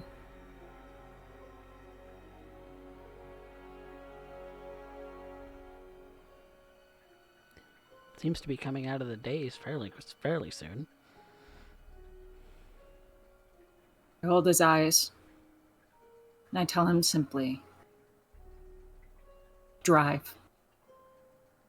And I get out and leave.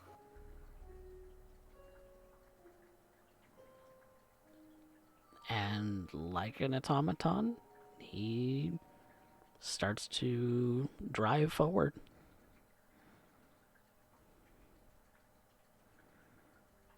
I leave the scene.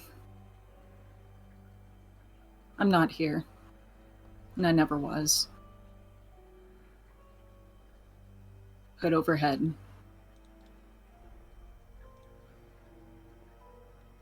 Maria, that's when you walk up onto the scene. You see the car drive away and a hooded figure come out of that vehicle. You've seen that vehicle around before. That's the nice lawyer guy who lives a couple blocks away.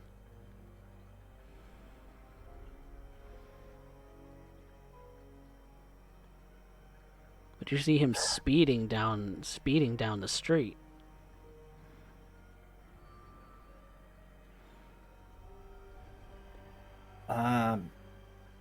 Make it a point. Keep an eye out. That's too fast for this neighborhood. He's going to run into a parked car. Yeah. Yeah. But more importantly, who did he just drop off? Start to make my way follow.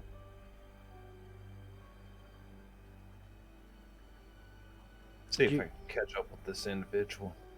Jude, if you're looking to avoid anyone else trying to spot you, I need a dexterity self. Okay. I want to rouse the blood for this one. Okay.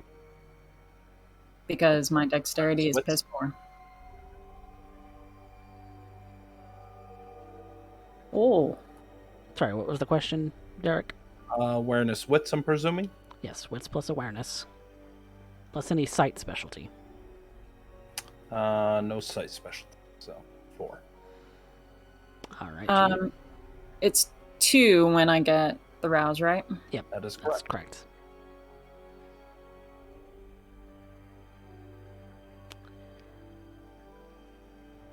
I'm gonna say because Jude got the crit, No. they win. If you've Okay. got any willpower, now would be the time, I think. Yeah, but I'm not stupid enough to use it on this. It's not a do or die. Yeah. It sucks, but...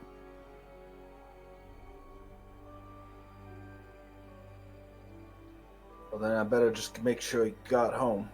Not much else I can do. I gotta make sure he got home first and foremost. When you're turning around after looking around the area for and following this person for a moment and losing them, you hear a crash. Fuck!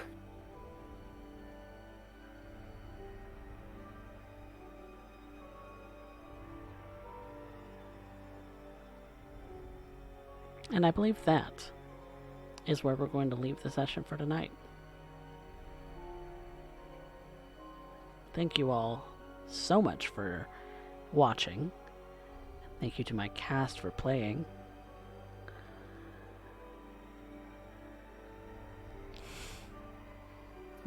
Lethality, I'm sorry. All I'm going to warn you is that you don't have an out for what comes next as soon as he finds out. So, so I accept your apology, Out of character. but my response is going to be that I'm sorry for what happens next. Does he Jude, tie it back to Jude? Jude, his your group? compulsion's gone. Yeah. I'm sorry. You're gonna get hurt. That's all I'm gonna say.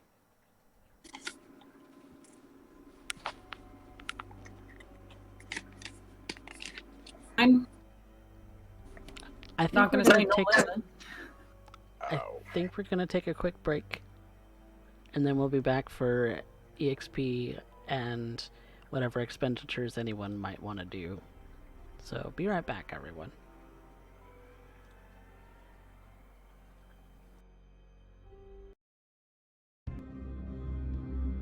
Sure. Alright, everyone. We are back with San Antonio by Night Aftermath, Season 2, Episode 12. We have concluded the roleplay session, the roleplay portion of this particular session. So now, we're moving on to some stains. Jude, you caused a car accident. I did. How many? I don't know if the man's alive or dead. I want you to call high or low. I don't know why I'm, because it's always fucked me over, but God is saying hi right now. High, he Mhm. walks away with some bruises. Low, he's injured pretty bad.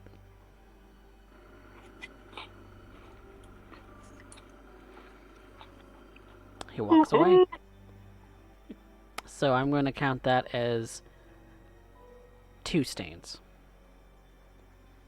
This is phenomenal, really. This is great. This is great. You had every intention of this man getting into a vehicular accident, with the possibility of killing him. It was intentional. It didn't kill him, but it was absolutely malicious. And you know, the property damage. It was just a good line. Just drive. You know, that poor college girl that's not gonna be able to get to the campus anymore because you've just made this dude back into her car. Well, she's just gonna have to get. You know, it's a good thing she has her parents' insurance. All right. Okay. How do modifiers work with this? Remorse check. Roll what? You hit remorse. It'll ask you for your current number of dice to roll, Which would be the minimum. blank spots between your humanity score and the number of stains you took. You don't have convictions to erase any of those stains? Let me look into that actually. Family above all else? Nope, that does not factor into this. Punish the unworthy, disrespectful to me or my people, unnecessarily violent or cruel, and interfering with my ambition, desire, or cause. I think Noel was disrespectful to me. Because he talked down to me quite a bit. Mm, Do you know of any link between Charles and Noel, though? Jude is not aware. No. Jude is Yeah. not aware that Charles has any link to Noel. That's a good They point. just know that they have some link in this neighborhood. That's it. Okay, so yeah, nothing. So it's Okay. just one. One All die. right, 1 dice. Boink. And you lose a point of humanity, Jude. Dun dun dun. Inching ever closer to the void. Shadow takes me. Really, if you think about it, this is just me really accepting and just really settling into the whole we're monsters thing. Mm-hmm. I'm gonna start a human trafficking ring. I gotta start somewhere. I just gotta get the horrific part out of there, you know? Oh Jesus! Oh, we didn't talk about that. That's right. I was supposed to say that. Start with murder, and then go up to human trafficking. Natural progression. Ka-choom. Yeah, going off the deep end at record fucking speed. Don't have to worry about diving into oblivion. Well, I've got the audience vote experience started, so everyone be sure to get in your votes. You can use channel points or bits, whichever you have, to influence the poll in the way that you see fit. So, who recovered willpower today? I actually did. Ooh, good. I didn't need What? it, but I did. I got one of my designs done. Mm-hmm. I gotta find out after experience. Yeah, I did. Okay, good. Very good. Well, now we can move on to the experience portion of this session.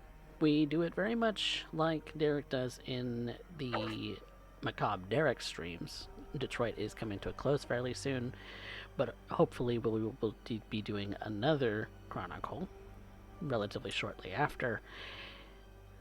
But we dish out experience in that everyone at the table gets one. So congratulations, there's your consolation prize. Thank you for participating. Yay! You showed up. Yeah, you shut up.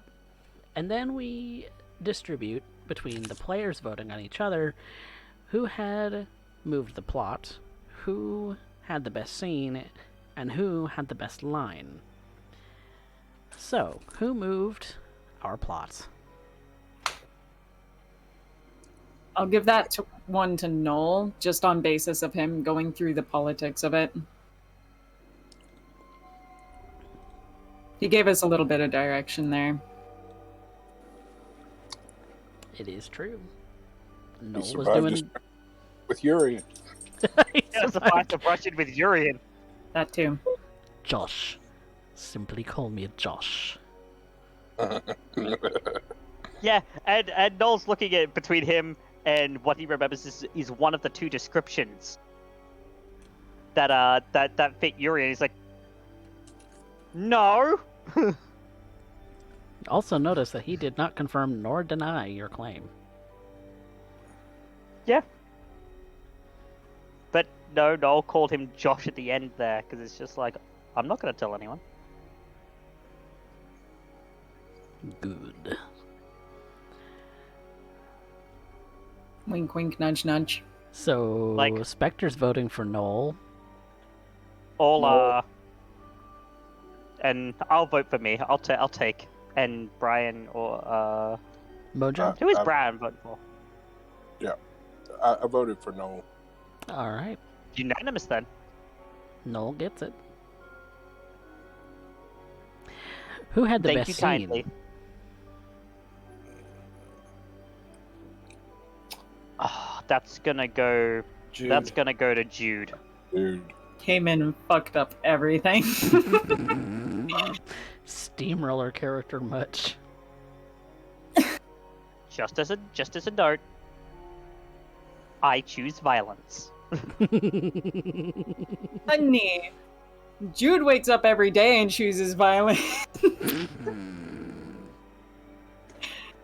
Yeah, but difference is I'm gonna make you starve. Before that. Joke's on you. Jude's into that. Damn. Both laughing. Fuck. That's just So that's 2. look. Definitely 2 to Jude.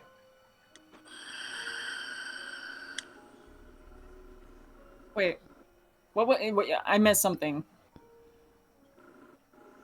Did we go into best No, line? we're still determining if that's in fact going to Jude or if we have other takers. Any My other vote- takers, Dark? No, I already said Jude. Oh, Oh, I didn't hear. Well, Sorry, that was my bad. Jude, and that you get best is- scene. yeah. Who had our best line? You can't vote Urian. Brian, I stay behind near Jude naked.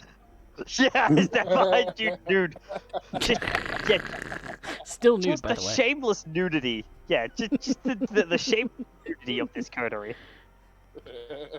I mean, Broke me so hard. I'm just like imagining this scene. Jude is just like pumped as fuck, ready to like snap a up with- bitch. yeah, and Nolan's just standing there, Brian's- arms crossed, and Brian's Yeah, just Brian's just Brian's just there, rocking out with his cock out.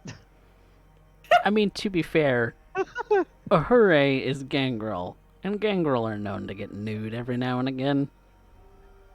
Brian spent so much of his early life with Gangrel. It's It's rubbed just a off. habit he picked up. It's a It's habit he just like, picked up. oh, this is a thing that I do now. I just get naked. He also, as a human, was not a very modest man. So Mm. He's very pretty. It's just a matter of butt clothing.